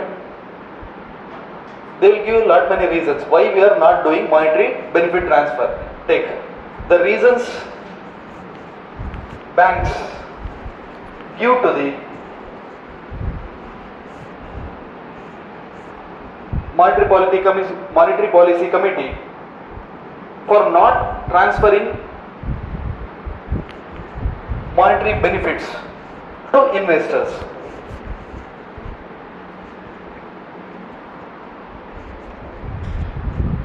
Tell me, what may be the reasons?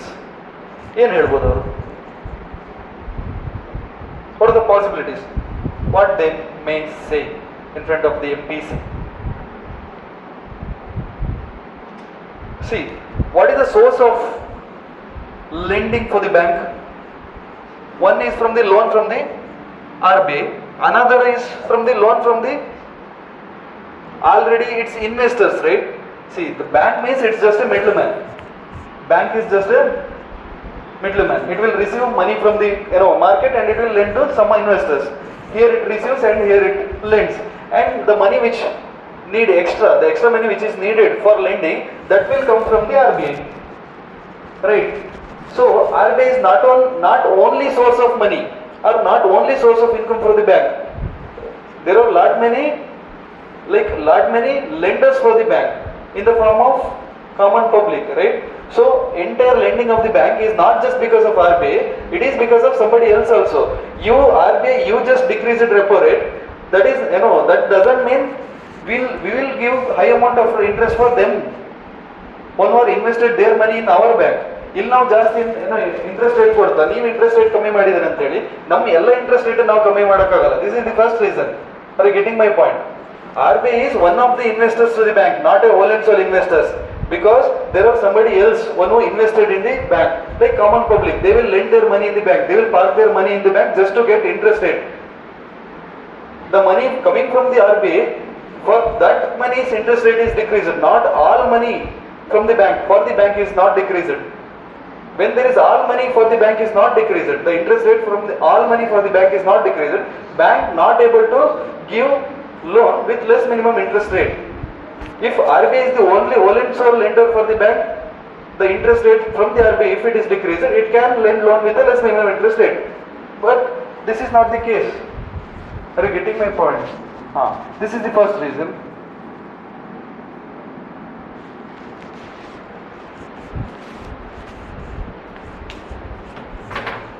If we borrow from RBI also, that is very low. Our entire lending capacity is just because of our investor, that too common public, and we are paying interest for them. This is the first reason.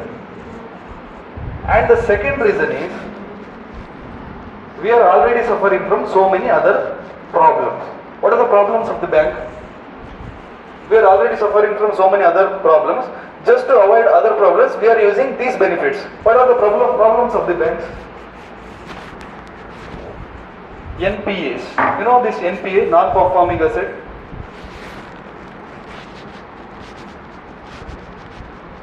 Non-performing asset. NPA. See, if consider a person, he took loan from this Canara Bank. It is Canara Bank, right? Here. Consider me, I took loan from this Canara Bank. Okay. And I will not pay back my premium. Like I took 1 lakh loan and I did not pay premium for 3 months. not only premium, I did not even pay interest. Premium ಕಟ್ಟಲಿಲ್ಲ, 1 lakh ವಾಪಸ್ ಕಟ್ಟಲಿಲ್ಲ, interest ಕಟ್ಟಲಿಲ್ಲ. Loan ತಗೊಂಡು ಆ ಕಡೆ ಮುಖನೇ ಆಗಲಿಲ್ಲ ನಾನು. Loan ತಗೊಂಡು ಹಾಗೆ ಇದ್ದೀನಿ. So my account, my loan account in that bank will become non performing asset. My account in that bank is a non-performing asset. They considered my account as a non-performing account asset, or my loan as a non-performing account. So this non-performing account is a problem for the bank. So bank already suffering from this NPAs.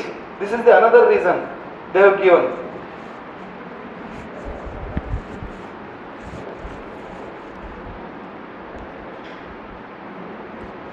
You know what? ಇದರ ಬಗ್ಗೆ ಗೊತ್ತಿದೆ non-performing asset ಅದೆಲ್ಲ. Because matra, see, anybody if lend loan, if receives loan from any kind of market or any kind of bank, from 0 days to 30 days means for in a first month, that account is a special mentioned account, SMA, special mentioned account, 0, from 0 to 30 days. Okay, after 1 month to 2 months, in between this time, this special mention account, this is not 0, this is 1, special mention account 2, from second month.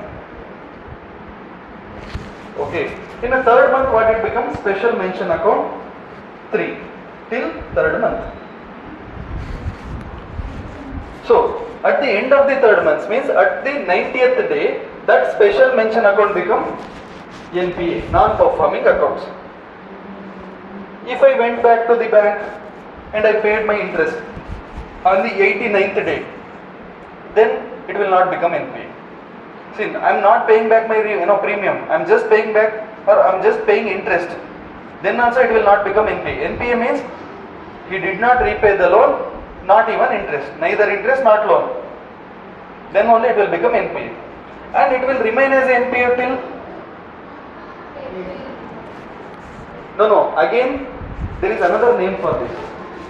If that remain as a NPA for another 12 months, that will become substandard asset.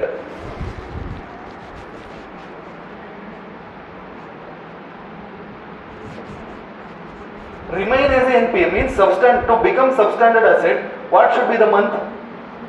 15. It remain as a NPA. Before to become NPA already 3 months.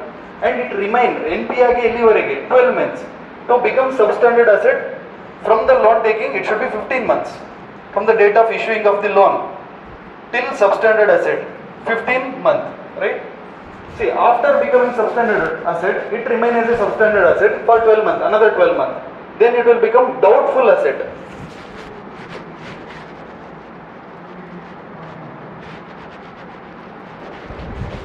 Doubtful asset. After becoming substandard asset, then after 12 months, means 12 plus 3 means 24 plus 3, 27. After issuing of 27 months, 27 months after issuing loan, 27 months, then it will become doubtful asset. Again 12 months. From the substandard to again 12 months, it will become doubtful asset. After becoming doubtful asset, what happened? CCC, the person received loan, and after 3 months it will become NPA, and being NPA after 12 months it will become substandard asset. Okay, and after becoming substandard asset, if that account remain as a substandard account as 12 months, then it will become doubtful asset. It remain as a substandard asset for 12 months, it will become doubtful assets. After becoming doubtful assets, if the manager feels like it will not come back, then he can make it as a loss making asset. Again another thing, loss making asset or loss asset ಅಂತ ಕರೀತಾರೆ. ಇದು ಯಾವಾಗ? ಇದಕ್ಕೆ exact time ಇಲ್ಲ. Manager ಅನ್ಕೊಂಡಾಗ maybe around after 5 months or around after 12 months or around after a year, whatever it may be. When manager feels or the bank authority feels that amount will not come back, when they felt like that, that will become a loss making asset. And there is different stories for that, and the bank is not able to go to court directly now today. there is a debt tribunal, debt recovery tribunal, DRT. Tribunal, it's a kind of court for specific purpose.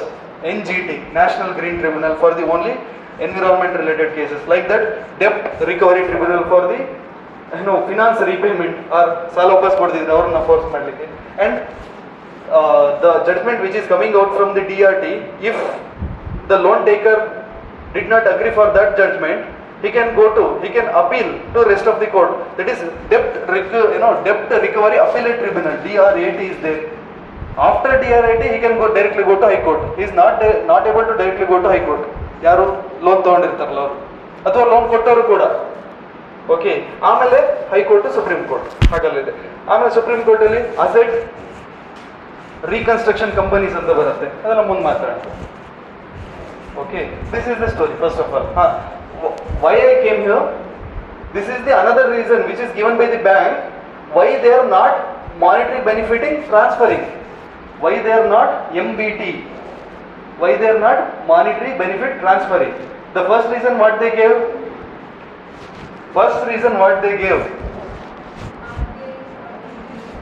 RBI, you are not only the source of money for us, because there are lot many lenders for us and we have to pay interest rate for them.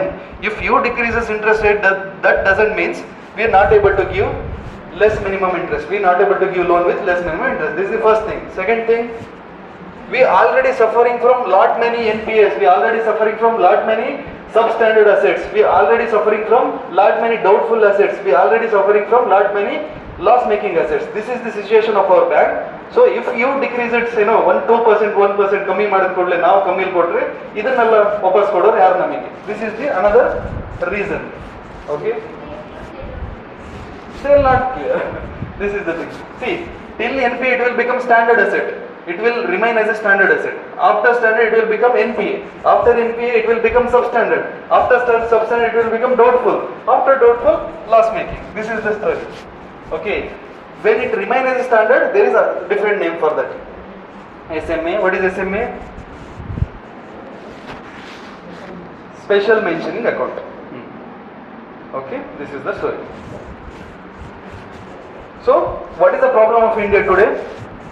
Whatever may be the central government policies, whatever may be the monetary policy committee's policies, whatever may be the RBI policy, it is a fiscal policy or it may be a monetary policy, the benefit which is the decision which is taken at the apex is not trickling down to its grassroots, because there is lot many loopholes in between. This is the best example. Okay, and this is sometimes a theoretical reason. Practical reason may be just to increase their profit. This is the theoretical reason or file reason. You can say book reason. The practical reason just to increase their profit. This is what happened today. The repo rate is very less. Then also if you go to bank, they will not lend you with a less minimum interest rate. ನೀವು ಕೇಳ್ಬೋದು ಅವರಿಗೆ, government ಕಮ್ಮಿ ಮಾಡಿದೆಯಲ್ಲ interest rate, ನೀವು ಯಾಕೆ ಇಷ್ಟು ಜಾಸ್ತಿ interest rate ತೊಗೊಳ್ತೀವಿ ನಮ್ಮ ಲೋನಿಗೆ ಅಂತ. ಅವರು ಅಗೇನ್ ಇದೇ ಸ್ಟೋರಿ ಹೇಳ್ತಾರೆ. We are already suffering from doubtful asset, we are already suffer from loss making asset ಅಂತ.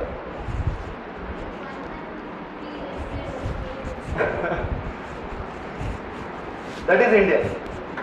That is the economic situation of India. Okay. ಇದೆಲ್ಲ ಸ್ಟೋರಿ ಬರೆದ್ರಾ?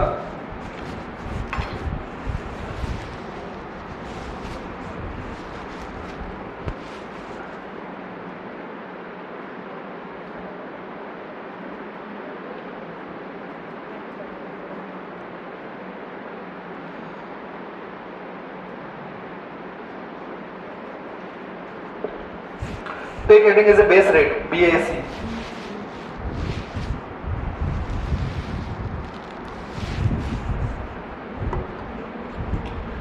Formula ನೆನಪಿದೆಯಾ? To decrease money supply, what should be our repo rate? More. To decrease rupee value, what should be our repo rate? Low. Just imagine that formula. Just remember, just by that formula, you will get answer for that kind of questions. Okay. To decrease money supply, what should be our CRR? Money supply directly proportional alla indirectly proportional. Correct. More. CRR. To increase CRR, money supply. make money supply less, our CRR should be more because it is inversely proportional. Okay. To increase reverse repo rate, to make rupee value more, our reverse repo rate should be more. Just because of that formula, not because of flow chart. Okay, let's go with the flow chart. Our intention is to make rupee value less. This is our intention. And my question is, what should be our reverse repo rate? Right? Our intention is to decrease rupee value. And I am asking, what should be our reverse repo rate? Reverse repo rate means the interest rate which RBI is giving to commercial banks. When the interest rate is more, the commercial banks, they will inspired to, they will motivated to park their entire money in the RBI. When they park their entire money in the RBI, they will not left with the money to lend to investors. When they will not left with the money to lend to investors, investors not getting money. When the investors not getting money, money supply in the market going to decreases. When money supply in the market going to decreases, rupee value in front of dollar going to increases. This is the idea. Okay, take heading as a base rate.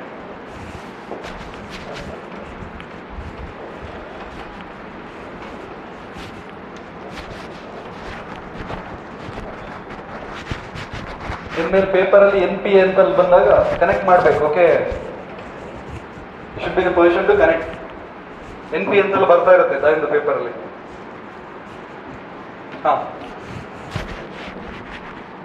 Base, something base means what? See, this is the, we are talking about the rate means interest rate only. This is the interest rate of the bank. First of all, base rate means this is the less minimum interest rate below which the bank is not able to lend. This is the less minimum interest rate, is called base rate. It is the interest rate below which the commercial bank are not able to lend. ಇದೆಲ್ಲ sense and ಡೆಫಿನೇಷನ್ಗಳು, you must know. Normally ಯಾರಿಗೆ ಸಿಗುತ್ತೆ ಈ ಥರ loan ಅಲ್ಲ? Agriculture loan, sometime MSME. What is MSME? Priority sector lending. In our introduction class we discussed it now. What is the priority sector lending? MSME, agriculture. What is medium? Micro, small, medium entrepreneurs. In that micro, right? They will get loan, and agriculture loan is at the base rate. Base rate means that is the minimum interest rate below which bank not able to lend. And base rate is decided by RBI or the bank? Bank it itself, not RBI. Base rate. Okay. Bank. This is very important. Put a star mark and write.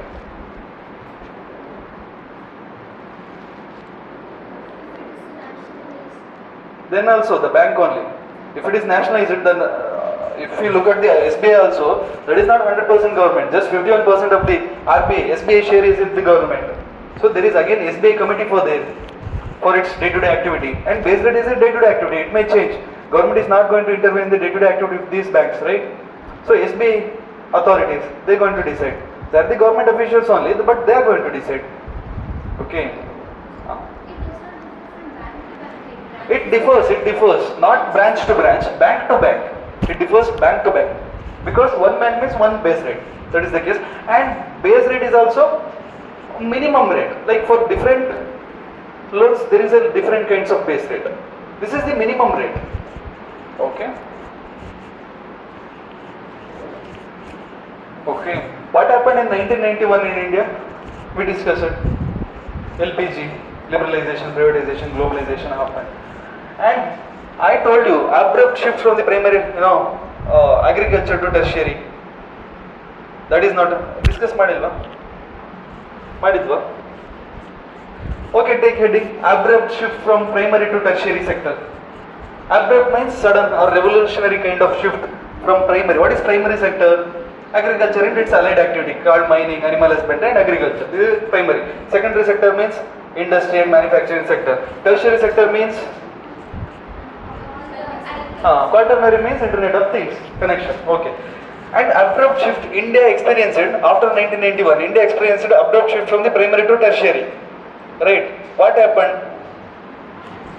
See, 1991, before 1991, our farmer's son used to become manufacturer. Then this manufacturer's son used to becoming tertiary sector engineer. But after 1991, because of the over focusing of the tertiary sector, because of the over focusing of the service sector, because of over focusing of the IT sector, because of lot many because of lot many foreign investment on the tertiary sector started to glorify in India. When tertiary sector focused economy got generated, the son of the farmer directly become tertiary sector, means son of the farmer become engineer. In the middle, secondary sector, manufacturer went off. This is the structural deficiency of India. That is what we discussed, right? In China, what happened? The farmer's son become manufacturer, and manufacturer's son, this industrialist son, his son become engineer. That is the healthy economy's sign. That is the sign of the healthy economy. India, the economy is in a danger. How it is in a danger? Unstructured economy. Here, that too in this kind of population, crores of population, we just concentrating on tertiary sector. Tertiary sector may increase our GDP, but not employment. One who are high skilled, he only get employment. One who are low skilled, he is out of tertiary sector. One who are less skilled out of tertiary sector means there is no proper secondary sector in India. So he left with agriculture. That's why they disguised unemployment in agriculture. What is disguised unemployment? Like, if 10 people is working in the same field also, the output is same. One person is working in the same field also, output is same. So, disguised, adage kotide, employment. Aste, elli, field alli. Disguised unemployment means more than required. On field, more than required population is involving. This is disguised unemployment. The reason, the structure is not good. India's employment structure is not good. Economic growth structure is not good. In India, our farmer's son becoming engineers. That is not good. Farmer's son should become a manufacturer. Manufacturer's son, in a way forward, he should become a doctor or he should become a service provider in the name of engineer or IT. Right? This sudden shift, abrupt shift from the primary to tertiary, that should not happen. Okay, this is the reason.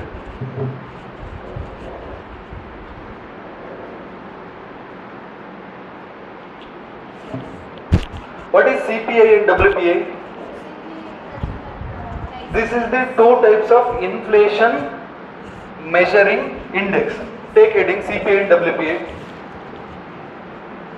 Inflation measuring index. One is CPI and another one is WPI. See, what is the difference? Consumer price index and wholesale price index. In wholesale price index, we only focus on goods, not services. In the consumer price index, we focus both goods and services. This is the difference. This is the inflation measuring indexes to measure inflation. I'll come to that. First, this is the beginning. What? Yes. No. In different government, in different private entities, they'll, to measure inflation, there are different private entities also measuring inflation, different government institution also measuring inflation. This is one of the standard definition, like standard way of the measuring inflation, CPI and WPI. CPI means they measure inflation in goods and services, and WPI means they measure inflation through goods only. And consumer, this is from the consumer side. This is from the supplier side, goods, wholesale.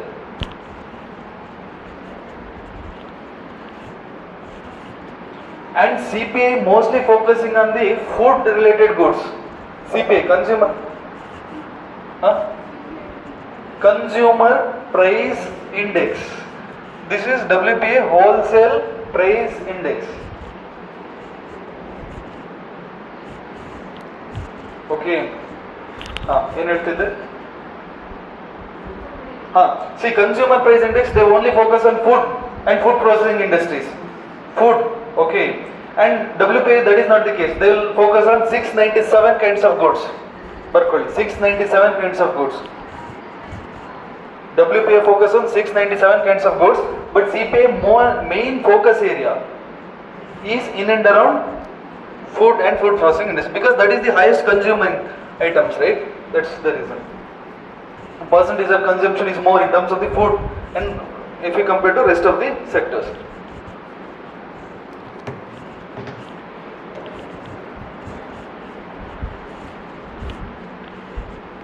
Okay.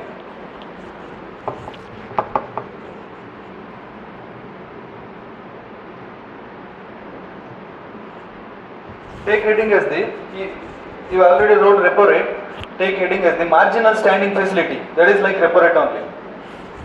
Marginal standing facility. Marginal standing facility. MSF. Marginal standing facility.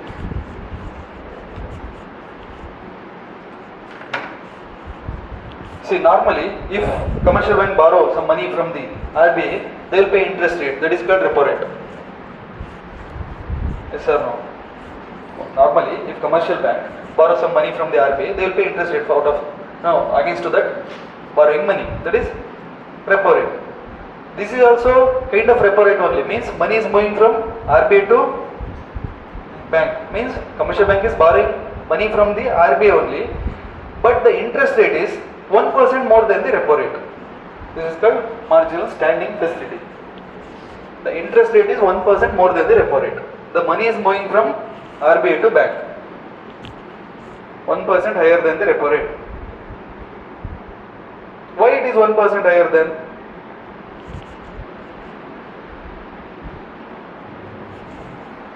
See, when there is a balance sheet crisis in the bank, balance sheet it needs urgent money for any extraordinary situation arises, and it needs urgent money. So overnight borrowing, and that is, overnight borrowing is the definition for something else, that is different. It needs some emergency money. Through repo rate, it is a long-term process. So it needs urgent money for emergency purpose.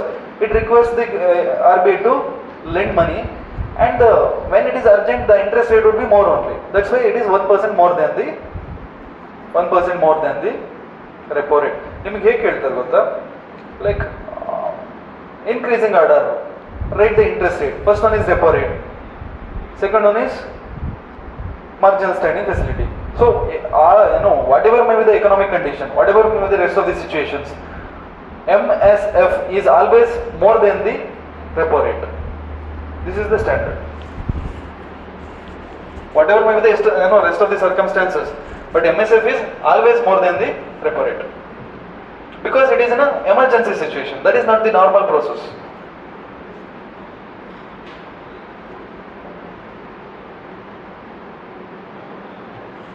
See, RBI lend loan not only banks, but also NBFCs, but also some of the financial authority which follow the rules of the RBI. With repo rate, RBI lend not only commercial banks, it also lend to some of the non-banking financial authorities also, on which it follows RBI rules, which follows all the rules which is prescribed by the RBI. With repo rate, but the loans with MSF is normally received by only commercial banks, but not but not other NBFCs, but not other financial authorities. Through repo rate, anybody can take loan, but through MSF, only commercial bank can receive loan from the RBI. RBI lend loan with marginal standing facility only to commercial banks. RBI lend loan with repo rate not only to commercial banks, but also rest of the NBFCs, one which follow the procedures which is prescribed by RBI.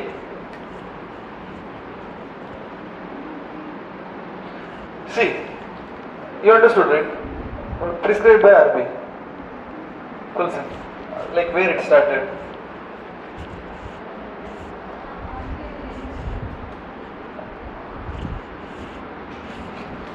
ಎಲ್ಲಿ ನಿಲ್ಲಿಸಿದೆ? ನಂಗೆ ಅದೊಂದು problem ಇದೆ. ಯಾವುದೋ stop ಆದರೆ ಮತ್ತೆ ಅದು ಅಲ್ಲಿಂದ ಸ್ಟಾರ್ಟ್ ಆಗಲ್ಲ. C, first of all, marginal standing facility means, ಅಲ್ಲಿಂದ ಹೇಳ್ತೀನಿ, ನಂಗೆ ಗೊತ್ತಾಗಲ್ಲ. Marginal standing facility means it is a kind of repo rate which bank and other NBFC. No, only bank receives loan. Repo rate means it is also kind of interest rate, and it is less than the MSF, and MSF is 1% more than the repo rate. Through MSF, RBI only lend loan to the commercial banks. Through repo rate, RBI lend loans not only to commercial banks but also NBFC. This is the story. Okay. Through repo rate, RBI not only lend commercial banks but also rest of the NBFCs. Rest of the NBFC, non-banking financial company, cooperative, whatever, non-banking financial authorities, non-banking financial companies, means finances. Don't worry, ಅಲ್ಲಿಗೆಲ್ಲ ಬರ್ತೀವಿ ನಾವು ಇನ್ನು. Banking ಅಂತ separate chapter ಇದೆ, ಅದರಲ್ಲಿ again I will explain it. ನಾನು ನಿಮಗೆ ಇಲ್ಲಿ ಕನೆಕ್ಷನ್ಸ್ ಹೇಳ್ತಾ ಇದ್ದೀನಿ ಅಷ್ಟೇ. This is for the mains. ಏನು ಹೇಳ್ತಾ ಇದ್ದೆ? ಅರ್ಥ ಆಯ್ತಾ? ಹಾಂ, ಫಿನಿಶ್. ಅರ್ಥ ಆಯ್ತಲ್ಲ? Means it is normally 1% higher than the repo rate. And MSF ಅಲ್ಲಿ ಬರೀ ಬ್ಯಾಂಕಿಂಗ್ ಮಾತ್ರ ಸಾಲ ಸಿಗುತ್ತೆ, ರೆಪೋ ರೇಟ್ ಅಲ್ಲಿ ಯಾರಿಗೆ ಬೇಕಾದ್ರೂ ಸಿಗುತ್ತೆ. ಯಾರಿಗೆ ಬೇಕಾದ್ರೂ means one follow the RBI's rules.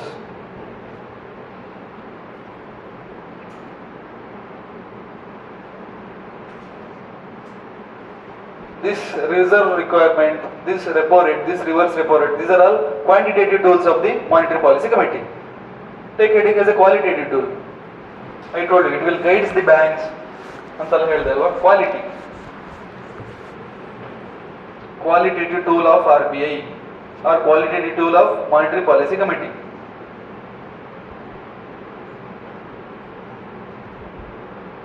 First one, consumer credit regulation. Consumer credit regulation.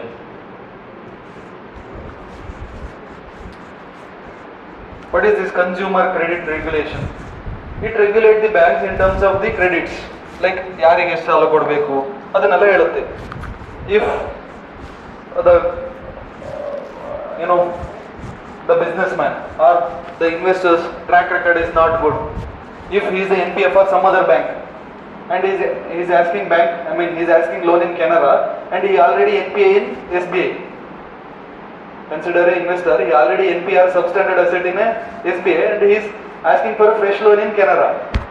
So RBI will teach Canara, don't give loan because he already NPA in SBI, because RBI have every data, having every data. So this is a kind of credit regulation, right? It regulates the credit of the Canara. ಸಾಲನ regulate ಮಾಡ್ತಾ ಇದೆ indirectly, right? This is the kind of qualitative control, not quantity. ಇಲ್ಲೇನು quantity control change ಆಗ್ತಿಲ್ಲ, it's A kind of qualitative control. Next take rationalization or rationing of the credit.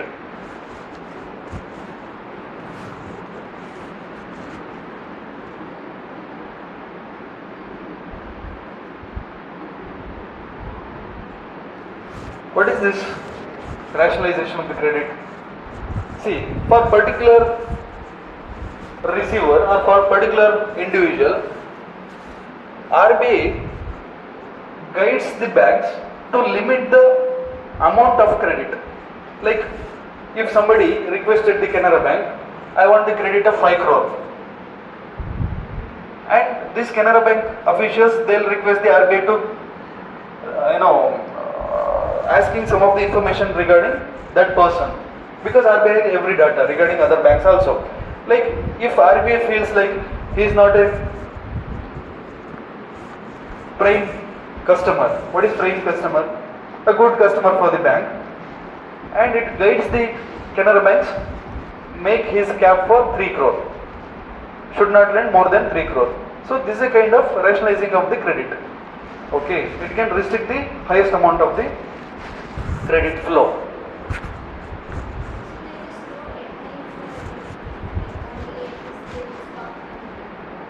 What?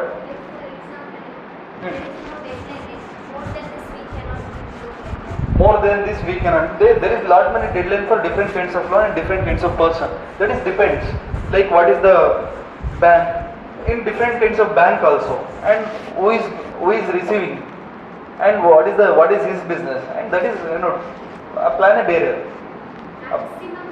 Maximum loan anta illa. If you look at Punjab National Bank, Nirav Modi, do you know Nirav Modi? a big scammer of Punjab National Bank. He received hundreds of crores of loan and he never paid back. That too in not rupees, in Hong Kong money he received in China using Punjab National Bank's KYC certificate. I'll come to that. Okay, there is again big story. In Bardri.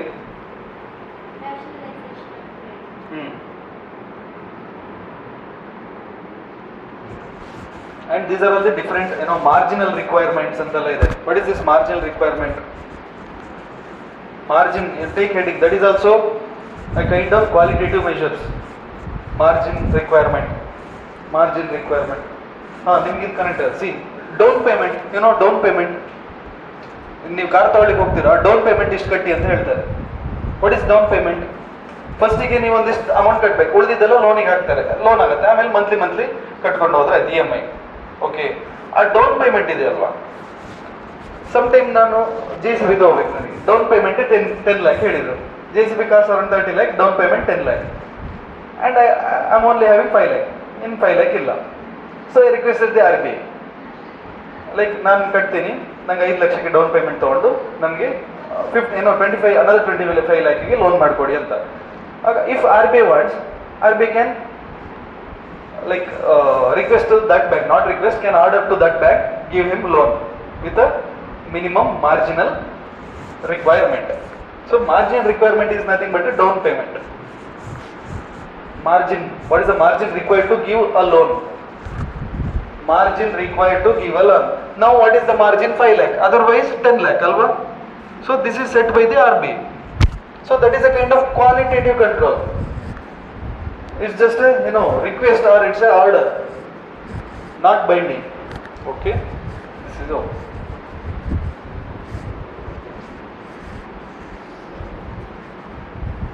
Again financial market anta barutte, capital market, current market anteಲ್ಲ ಬರುತ್ತೆ, T-bills, different kinds of commercial paper bills, commercial bills. Again within share also there are different kinds. I will teach you later, like while doing banking I'll do that. Okay, maybe tomorrow evening.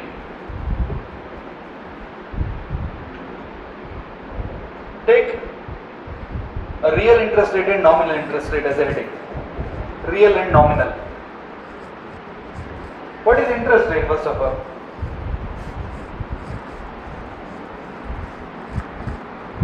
First, nominal interest rate, NOMINAL, nominal.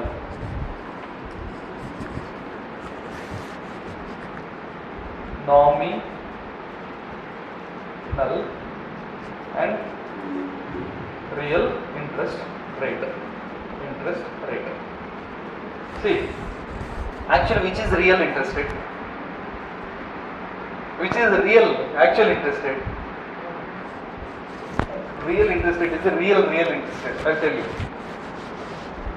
The interest rate which is offered by the bank on paper is nominal interest rate. The interest rate which is offered by the bank on paper means ನನ್ನ ಹತ್ರ ಒಂದು 10 lakh rupees ದುಡ್ಡಿದೆ, 10 lakh rupees ದುಡ್ಡಿದೆ, bank ನನಗೆ 10% interest ಕೊಡ್ತೀನಿ ಅಂತ ಹೇಳ್ತಾರೆ. ಎಷ್ಟು? 10% ಇಂಟ್ರೆಸ್ಟ್ ರೇಟ್ ಕೊಡ್ತೀನಿ ಅಂತ ಬ್ಯಾಂಕ್ ಹೇಳ್ತಾರೆ. So I parked my 10 lakh for the interest rate of 10% with SBI. Okay, and this is on the paper.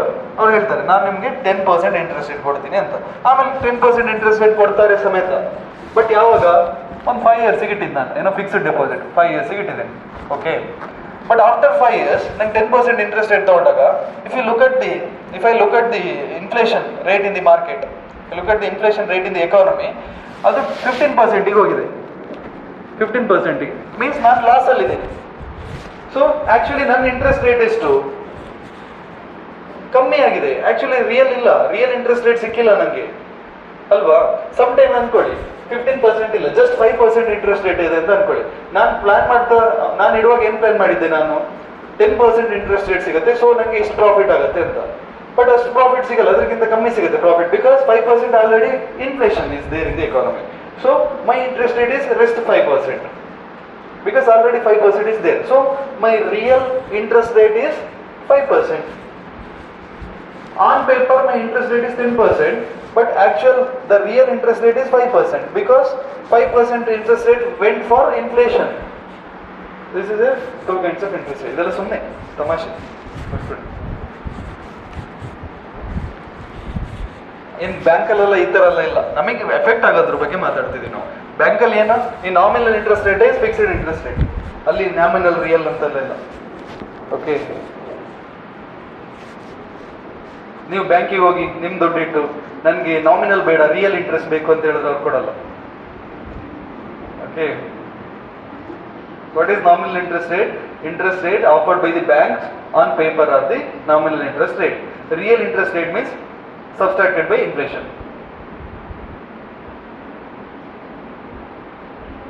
Real interest rate means nominal interest rate paper ಅಲ್ಲಿ ಒಂದಿಷ್ಟು ಹೇಳಿರ್ತಾರಲ್ವಾ, like 10% interest ಕೊಡ್ತೀವಿ ಅಂತ ಹೇಳಿರ್ತಾರೆ, ಅವ್ರು ಕೊಡ್ತಾರೆ ಸಮೇತ ನಮಗೆ ಕೊಡ್ತಾರೆ. ಬಟ್ ಏನಾಗುತ್ತೆ, ನಮಗೆ 10% ಇಂಟ್ರೆಸ್ಟ್ ರೇಟೇ ಸಿಕ್ಕಿದಾಗ ಆಗಲ್ಲ, ಬಿಕಾಸ್ ಇನ್ಫ್ಲೇಷನ್ ಇದೆ ಎಕಾನಮಿಲಿ. ನಾವು ದುಡ್ಡಿಟ್ಟು ಒಂದು 2 years 3 years ಆದಾಗ ಇನ್ಫ್ಲೇಷನ್ ಆಗಿರುತ್ತೆ, ರೈಸ್ ಇನ್ ಪ್ರೈಸಸ್ ಆಗಿರುತ್ತೆ. ಸೊ ನಮಗೆ 5% 10% ಅವ್ರು ಇಂಟ್ರೆಸ್ಟ್ ರೇಟ್ ಕೊಟ್ಟರು ಸಮೇತ ಇನ್ಫ್ಲೇಷನ್ 5% ಆಗಿದ್ದಿದ್ರೆ ನಮಗೆ 10% ಇಂಟ್ರೆಸ್ಟ್ ರೇಟ್ ಸಿಕ್ಕಿದಾಗ ಆಗಲ್ಲ, ಅದಕ್ಕಿಂತ ಕಮ್ಮಿ ಸಿಕ್ಕಿದಾಗುತ್ತೆ. ಸೊ ಅದು ಆಕ್ಚುಲಿ ನಾವು ಆ ಇನ್ಫ್ಲೇಷನ್ ಅನ್ನ ಸಬ್ಸ್ಟ್ರಾಕ್ಟ್ ಮಾಡಿದ್ರೆ, ರಿಯಲ್ ಇನ್ಫ್ಲೇಷನ್ ಇಂದ ಆ ಇನ್ಫ್ಲೇಷನ್ ನಾವು ಸಬ್ಸ್ಟ್ರಾಕ್ಟ್ ಮಾಡಿದ್ರೆ ಅಲ್ಲಿ ಫೈನಲ್ ಆಗಿ ಉಳಿಯುತ್ತಲ್ವಾ, that interest rate is the real interest rate. Paper ಮೇಲೆ ತೋರಿಸೋ interest rate is not real interest rate, because ಅದರಲ್ಲಿ ಇನ್ಫ್ಲೇಷನ್ ಸೇರಿ ಬಂದಿರುತ್ತೆ. ಅದನ್ನ ಸಬ್ಸ್ಟ್ರಾಕ್ಟ್ ಮಾಡಿ ಇನ್ಫ್ಲೇಷನ್ ತೆಗೆದಾಗ ಉಳಿಯೋದು ಇಂಟ್ರೆಸ್ಟ್ ರೇಟ್ ಇದೆಯಲ್ಲ, that is the real interest rate which we benefited for, right?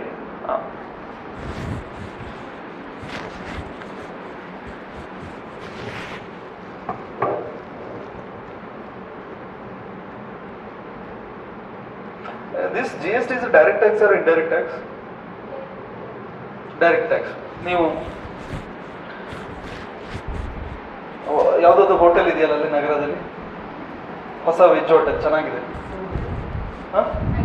ಅಡಿಗೆ ಮನೆ, ನೀವು ಅಡಿಗೆ ಮನೆಗೆ ಹೋಗಿ ಒಂದು ಟೀ ಕುಡಿತೀರಾ, ಟೀ ಕುಡ್ದಾದ್ಮೇಲೆ ಸ್ಲಿಪ್ ಕೊಡ್ತಾರೆ, 20 rupees for tea, 5 rupees state GST, another 5 rupees central GST ಅಂತ ಟೋಟಲ್ 30 ರೂಪಾಯಿ ಅಂತ ಬರೀತಾರೆ. ನೀವು 20 rupees ತಗೊಂಡೋಗಿ ಅವ್ರಿಗೆ ಕೊಡ್ತೀರಾ, 5 rupees ತಗೊಂಡು ಬೆಂಗಳೂರಿಗೆ ಹೋಗಿ ವಿಧಾನಸೌಧ ಕೊಡ್ತೀರಾ, ಇನ್ನೊಂದು 5 rupees ತಗೊಂಡು ಪಾರ್ಲಿಮೆಂಟಿಗೆ ಹೋಗಿ ಮೋದಿ ಕೈಯಲ್ಲಿ ಕೊಟ್ಟು ಬರ್ತೀರಾ ಅಲ್ವಾ? ಮತ್ತೆ GST is indirect tax.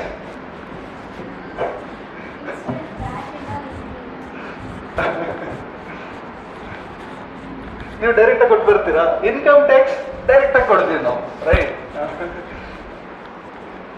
GST wonderful example, spontaneous ಅಂತ. ಇನ್ ಮರ್ತೋಗಲ್ಲ ನಿಮ್ಗೆ ಯಾವತ್ತು, ನೆವರ್. ಆಕ್ಚುಲಿ ಅದಕ್ಕೆ GST ಅನ್ನ ಇಟ್ಸ್ ಎ ರೆಸ್ಪಾನ್ಸಿಬಿಲಿಟಿ ಶಿಫ್ಟ್ ಅಂತ ಕರೀತಾರೆ. ನಾನು ಯೂಸ್ ಮಾಡಿದ್ದು, ಟೀ ಕುಡ್ದಿದ್ದು ನಾನು, ನನ್ನ ರೆಸ್ಪಾನ್ಸಿಬಿಲಿಟಿ ಇದು ಯಾರಿಗೆ ಟ್ಯಾಕ್ಸ್ ಕಟ್ಟಲಿಕ್ಕೆ, but I shifted my responsibility to that shop owner. Burden of paying tax ನಾವು ಅವ್ರಿಗೆ ಶಿಫ್ಟ್ ಮಾಡ್ತೀನಿ, ಅವ್ರಿಗೆ. So it is a indirect tax, value addition tax ಅಂತ ಕರೀತಾರೆ. See cascading effect of tax, tax on tax ಅಂತ ಹೇಳಿದಲ್ವಾ, avoid for these cascading effect of tax ನಾವು ಇದನ್ನು ಮಾಡಿದ್ವಿ. It's a value addition, just a value addition. Okay, it's a value added tax. GST is a value added tax, and there is different slabs for different kinds of GST, 5% ಅದು ಇದು start ಆಗುತ್ತೆ. ಮಾತಾಡೋಣ please.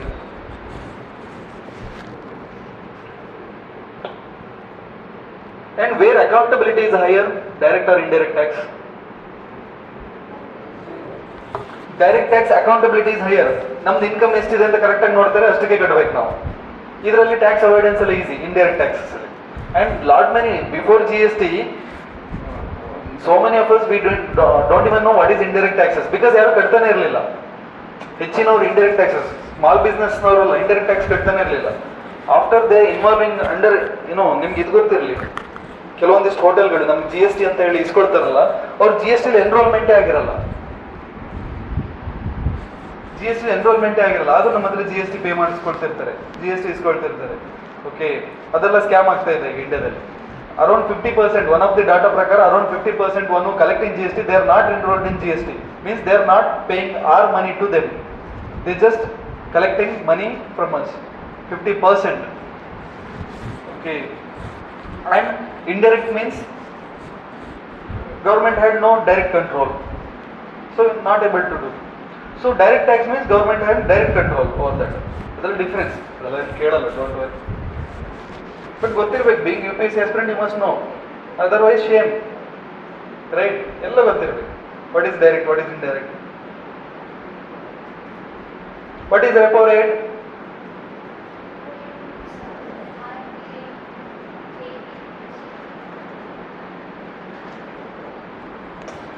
Define repo rate from G-Sec's point of view.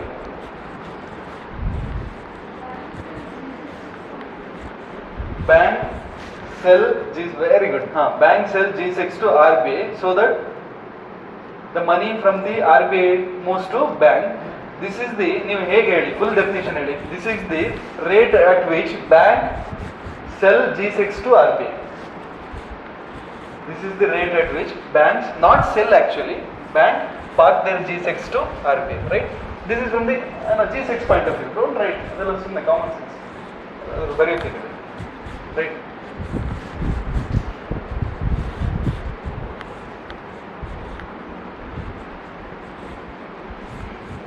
Can RBI control demand pull inflation? This is a wonderful question.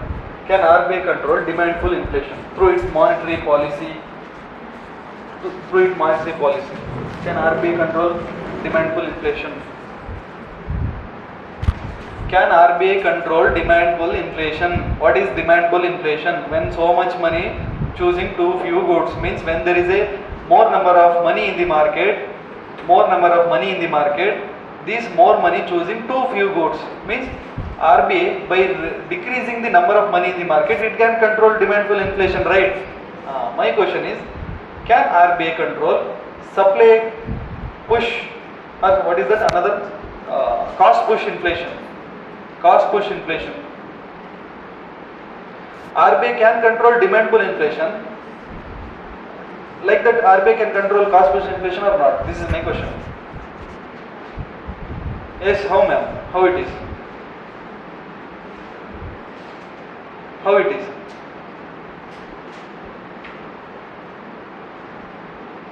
What is cost push inflation?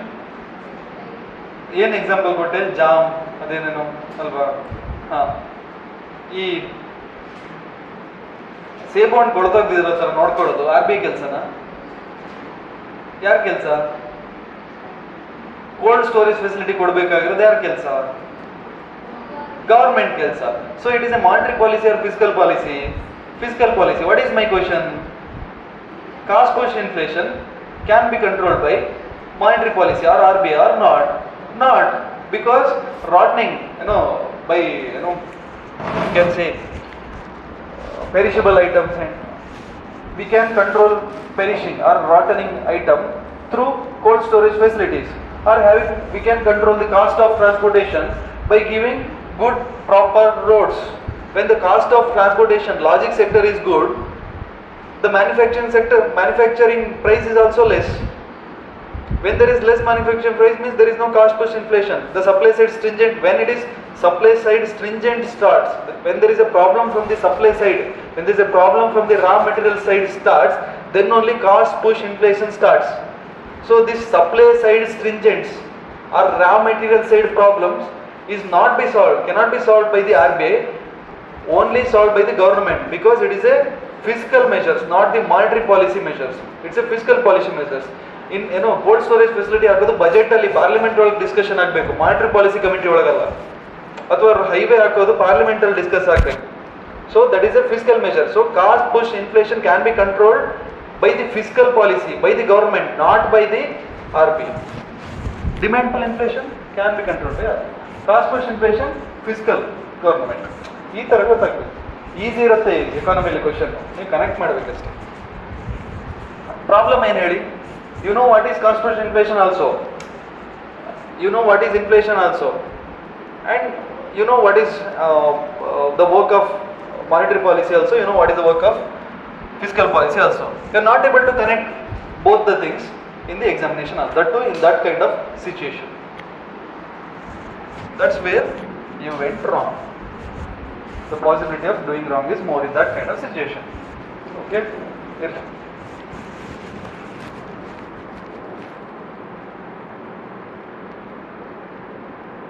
Any doubts?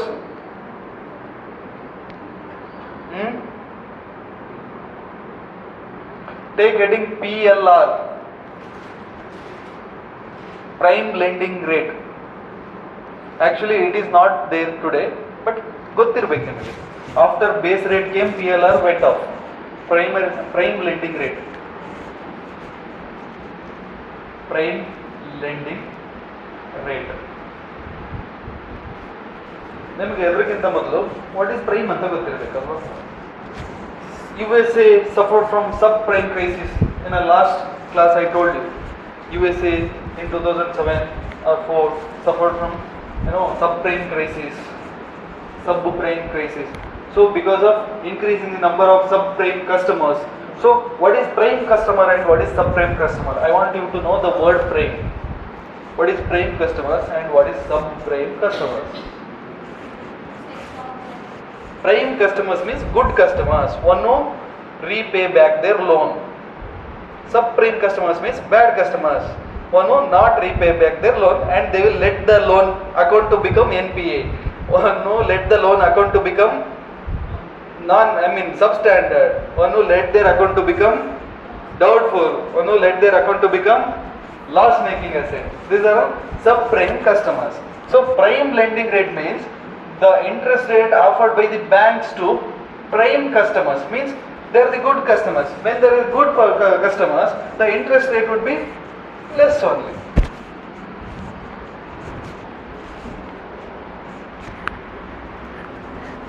The interest rate offered by the banks to its prime customers are called prime lending rate.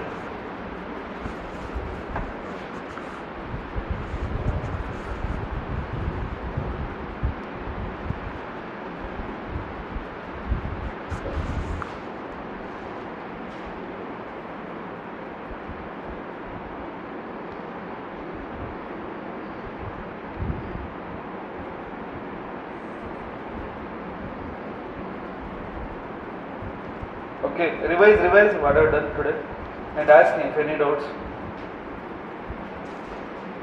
I will wind up my class in 5 minutes. Please ask if there is any doubt.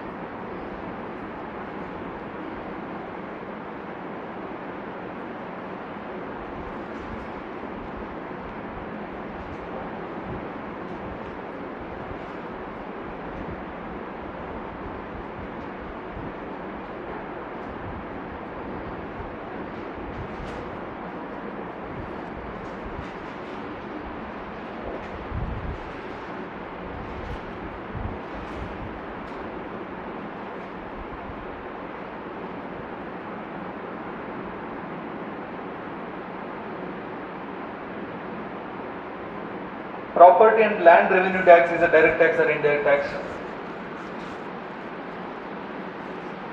Land revenue tax is a direct tax. Property tax is a direct tax. GST is a indirect tax. So impact and incident is at a single point. Is a definition of direct tax or indirect tax. Impact and incident. Direct tax. ಯಾರಿಗೆ impact ಆಗುತ್ತೆ means ಯಾರ ಹತ್ರ receive ಮಾಡ್ತಿದ್ದೀವಿ ಮತ್ತೆ incident ಎಲ್ಲಿ ಹಾಕ್ತಾ ಇದ್ದೀವಿ same place. Impact and incident is at the different place. Is the definition for indirect. ಅದು ಬೇಕಾದ್ರೆ ಬರ್ಕೊಳ್ಳಿ. Impact and incident ಎಲ್ಲಿ ಹಾಕ್ತಾ ಇದ್ದೀವಿ ಮತ್ತೆ ಎಲ್ಲಿಗೆ ಇಂಪ್ಯಾಕ್ಟ್ ಆಗ್ತಾ ಇದೆ. Incident where we put and where going to affect. See, if we increases GST, that not going to affect hotel people. That going to affect the people who drink tea on that hotel. So impact here, incident here. Incident hotel owner, impact we. Direct tax ಎಲ್ಲಿ ಹಾಕ್ತೀವಿ ಅವರಿಗೆ impact because he himself is the owner. Income tax, right? impact and incident is at the same spot. This is the definition for direct tax. Where accountability and affordability is higher. Accountability and affordability higher at direct tax. Direct tax. Indirect tax, not able to do transparent accountability, maintain transparent accountability, because it is indirect way, not direct way.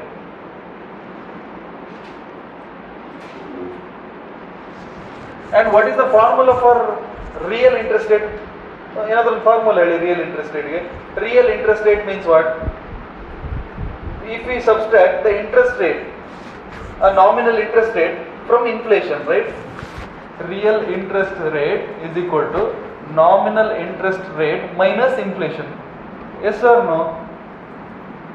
This formula match agutta ilva? Yes, it suits. Artha aita idu?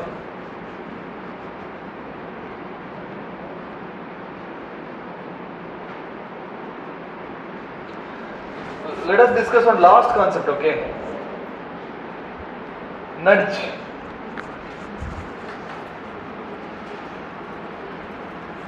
Modi ji comes into picture. Okay. Kalyana. Nudge. Tell me, what is this nudge?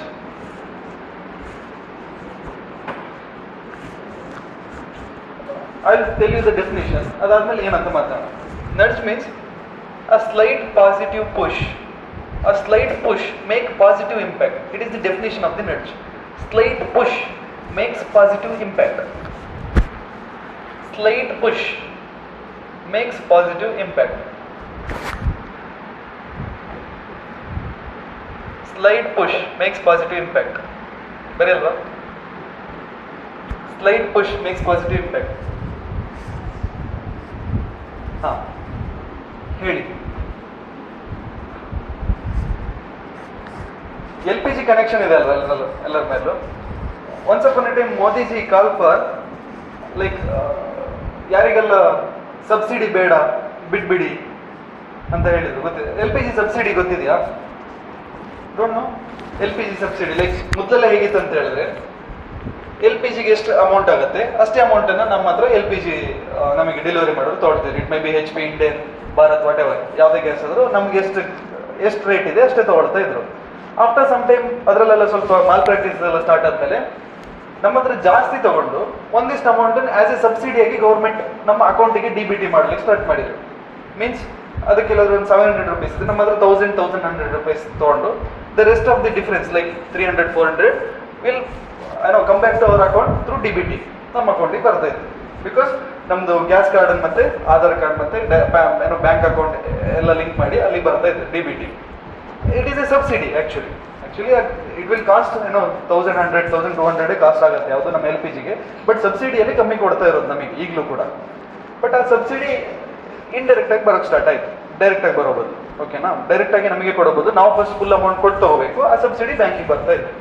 Modiji ಒಂದ್ಸತಿ online ಬಂದು ಹೇಳಿದ್ರು, ಯಾರಿಗೆಲ್ಲ subsidy ಬಿಡೋಕ್ಕಾಗತ್ತೆ means 1 year financially stable, please leave subsidy ಅಂತ ಒಂದು request ಮಾಡಿದ್ರು. Is not forced, he requested the our population of our country. And surprisingly like Indians are never leave any subsidy.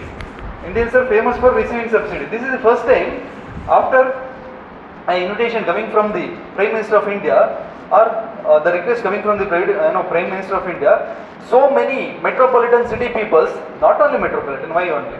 So many peoples, majorly in metropolitan city peoples, they just left the subsidy. Means allondu option barutte, ನಾವು gas book ಮಾಡುವಾಗಲೇ subsidy ಬೇಡ ಅಂತ ಹೇಳಿದ್ರೆ ಅದನ್ನ ಓದ್ತಿ ಅಂತ ಅದನ್ನ ಓದ್ಬಿಟ್ರೆ ನಮ್ಗೆ subsidy ಬರಲ್ಲ ಅಕೌಂಟಿಗೆ. And they left subsidy. Just one call from the prime minister of India, just positive push, slight push, one request, positive impact. ಏನು ಸಬ್ಸಿಡಿ ಬಿಟ್ಟರೆ ಎಷ್ಟು ಜನ. And 1 year economically well off they only living, right? So government can use this amount of money, can welfare schemes, rest of the welfare scheme. ಒಂದೇ request ಮಾಡಿದ್ದು, ಎಷ್ಟು ಜನ ಸಬ್ಸಿಡಿನ ಬಿಟ್ಟರು. India is a country, if somebody is giving free, ನಂಗೊಂದಿರಲಿ ನಮ್ಮ ಮನೆಯವ್ರಿಗೆ ಒಂದಿರಲಿ. This is the mentality of the India. But in that mentality also, so many of us we left subsidy just for the call of our Prime Minister. This is a kind of great thing. This is a small, slight push from the PM and big positive impact. The crores of rupees which is collected at the government end, and the government use it for some of the important works of the government like welfare schemes. This is the nudge. By saying so, let us meet tomorrow 10 a.m. in the morning. Thank you so much.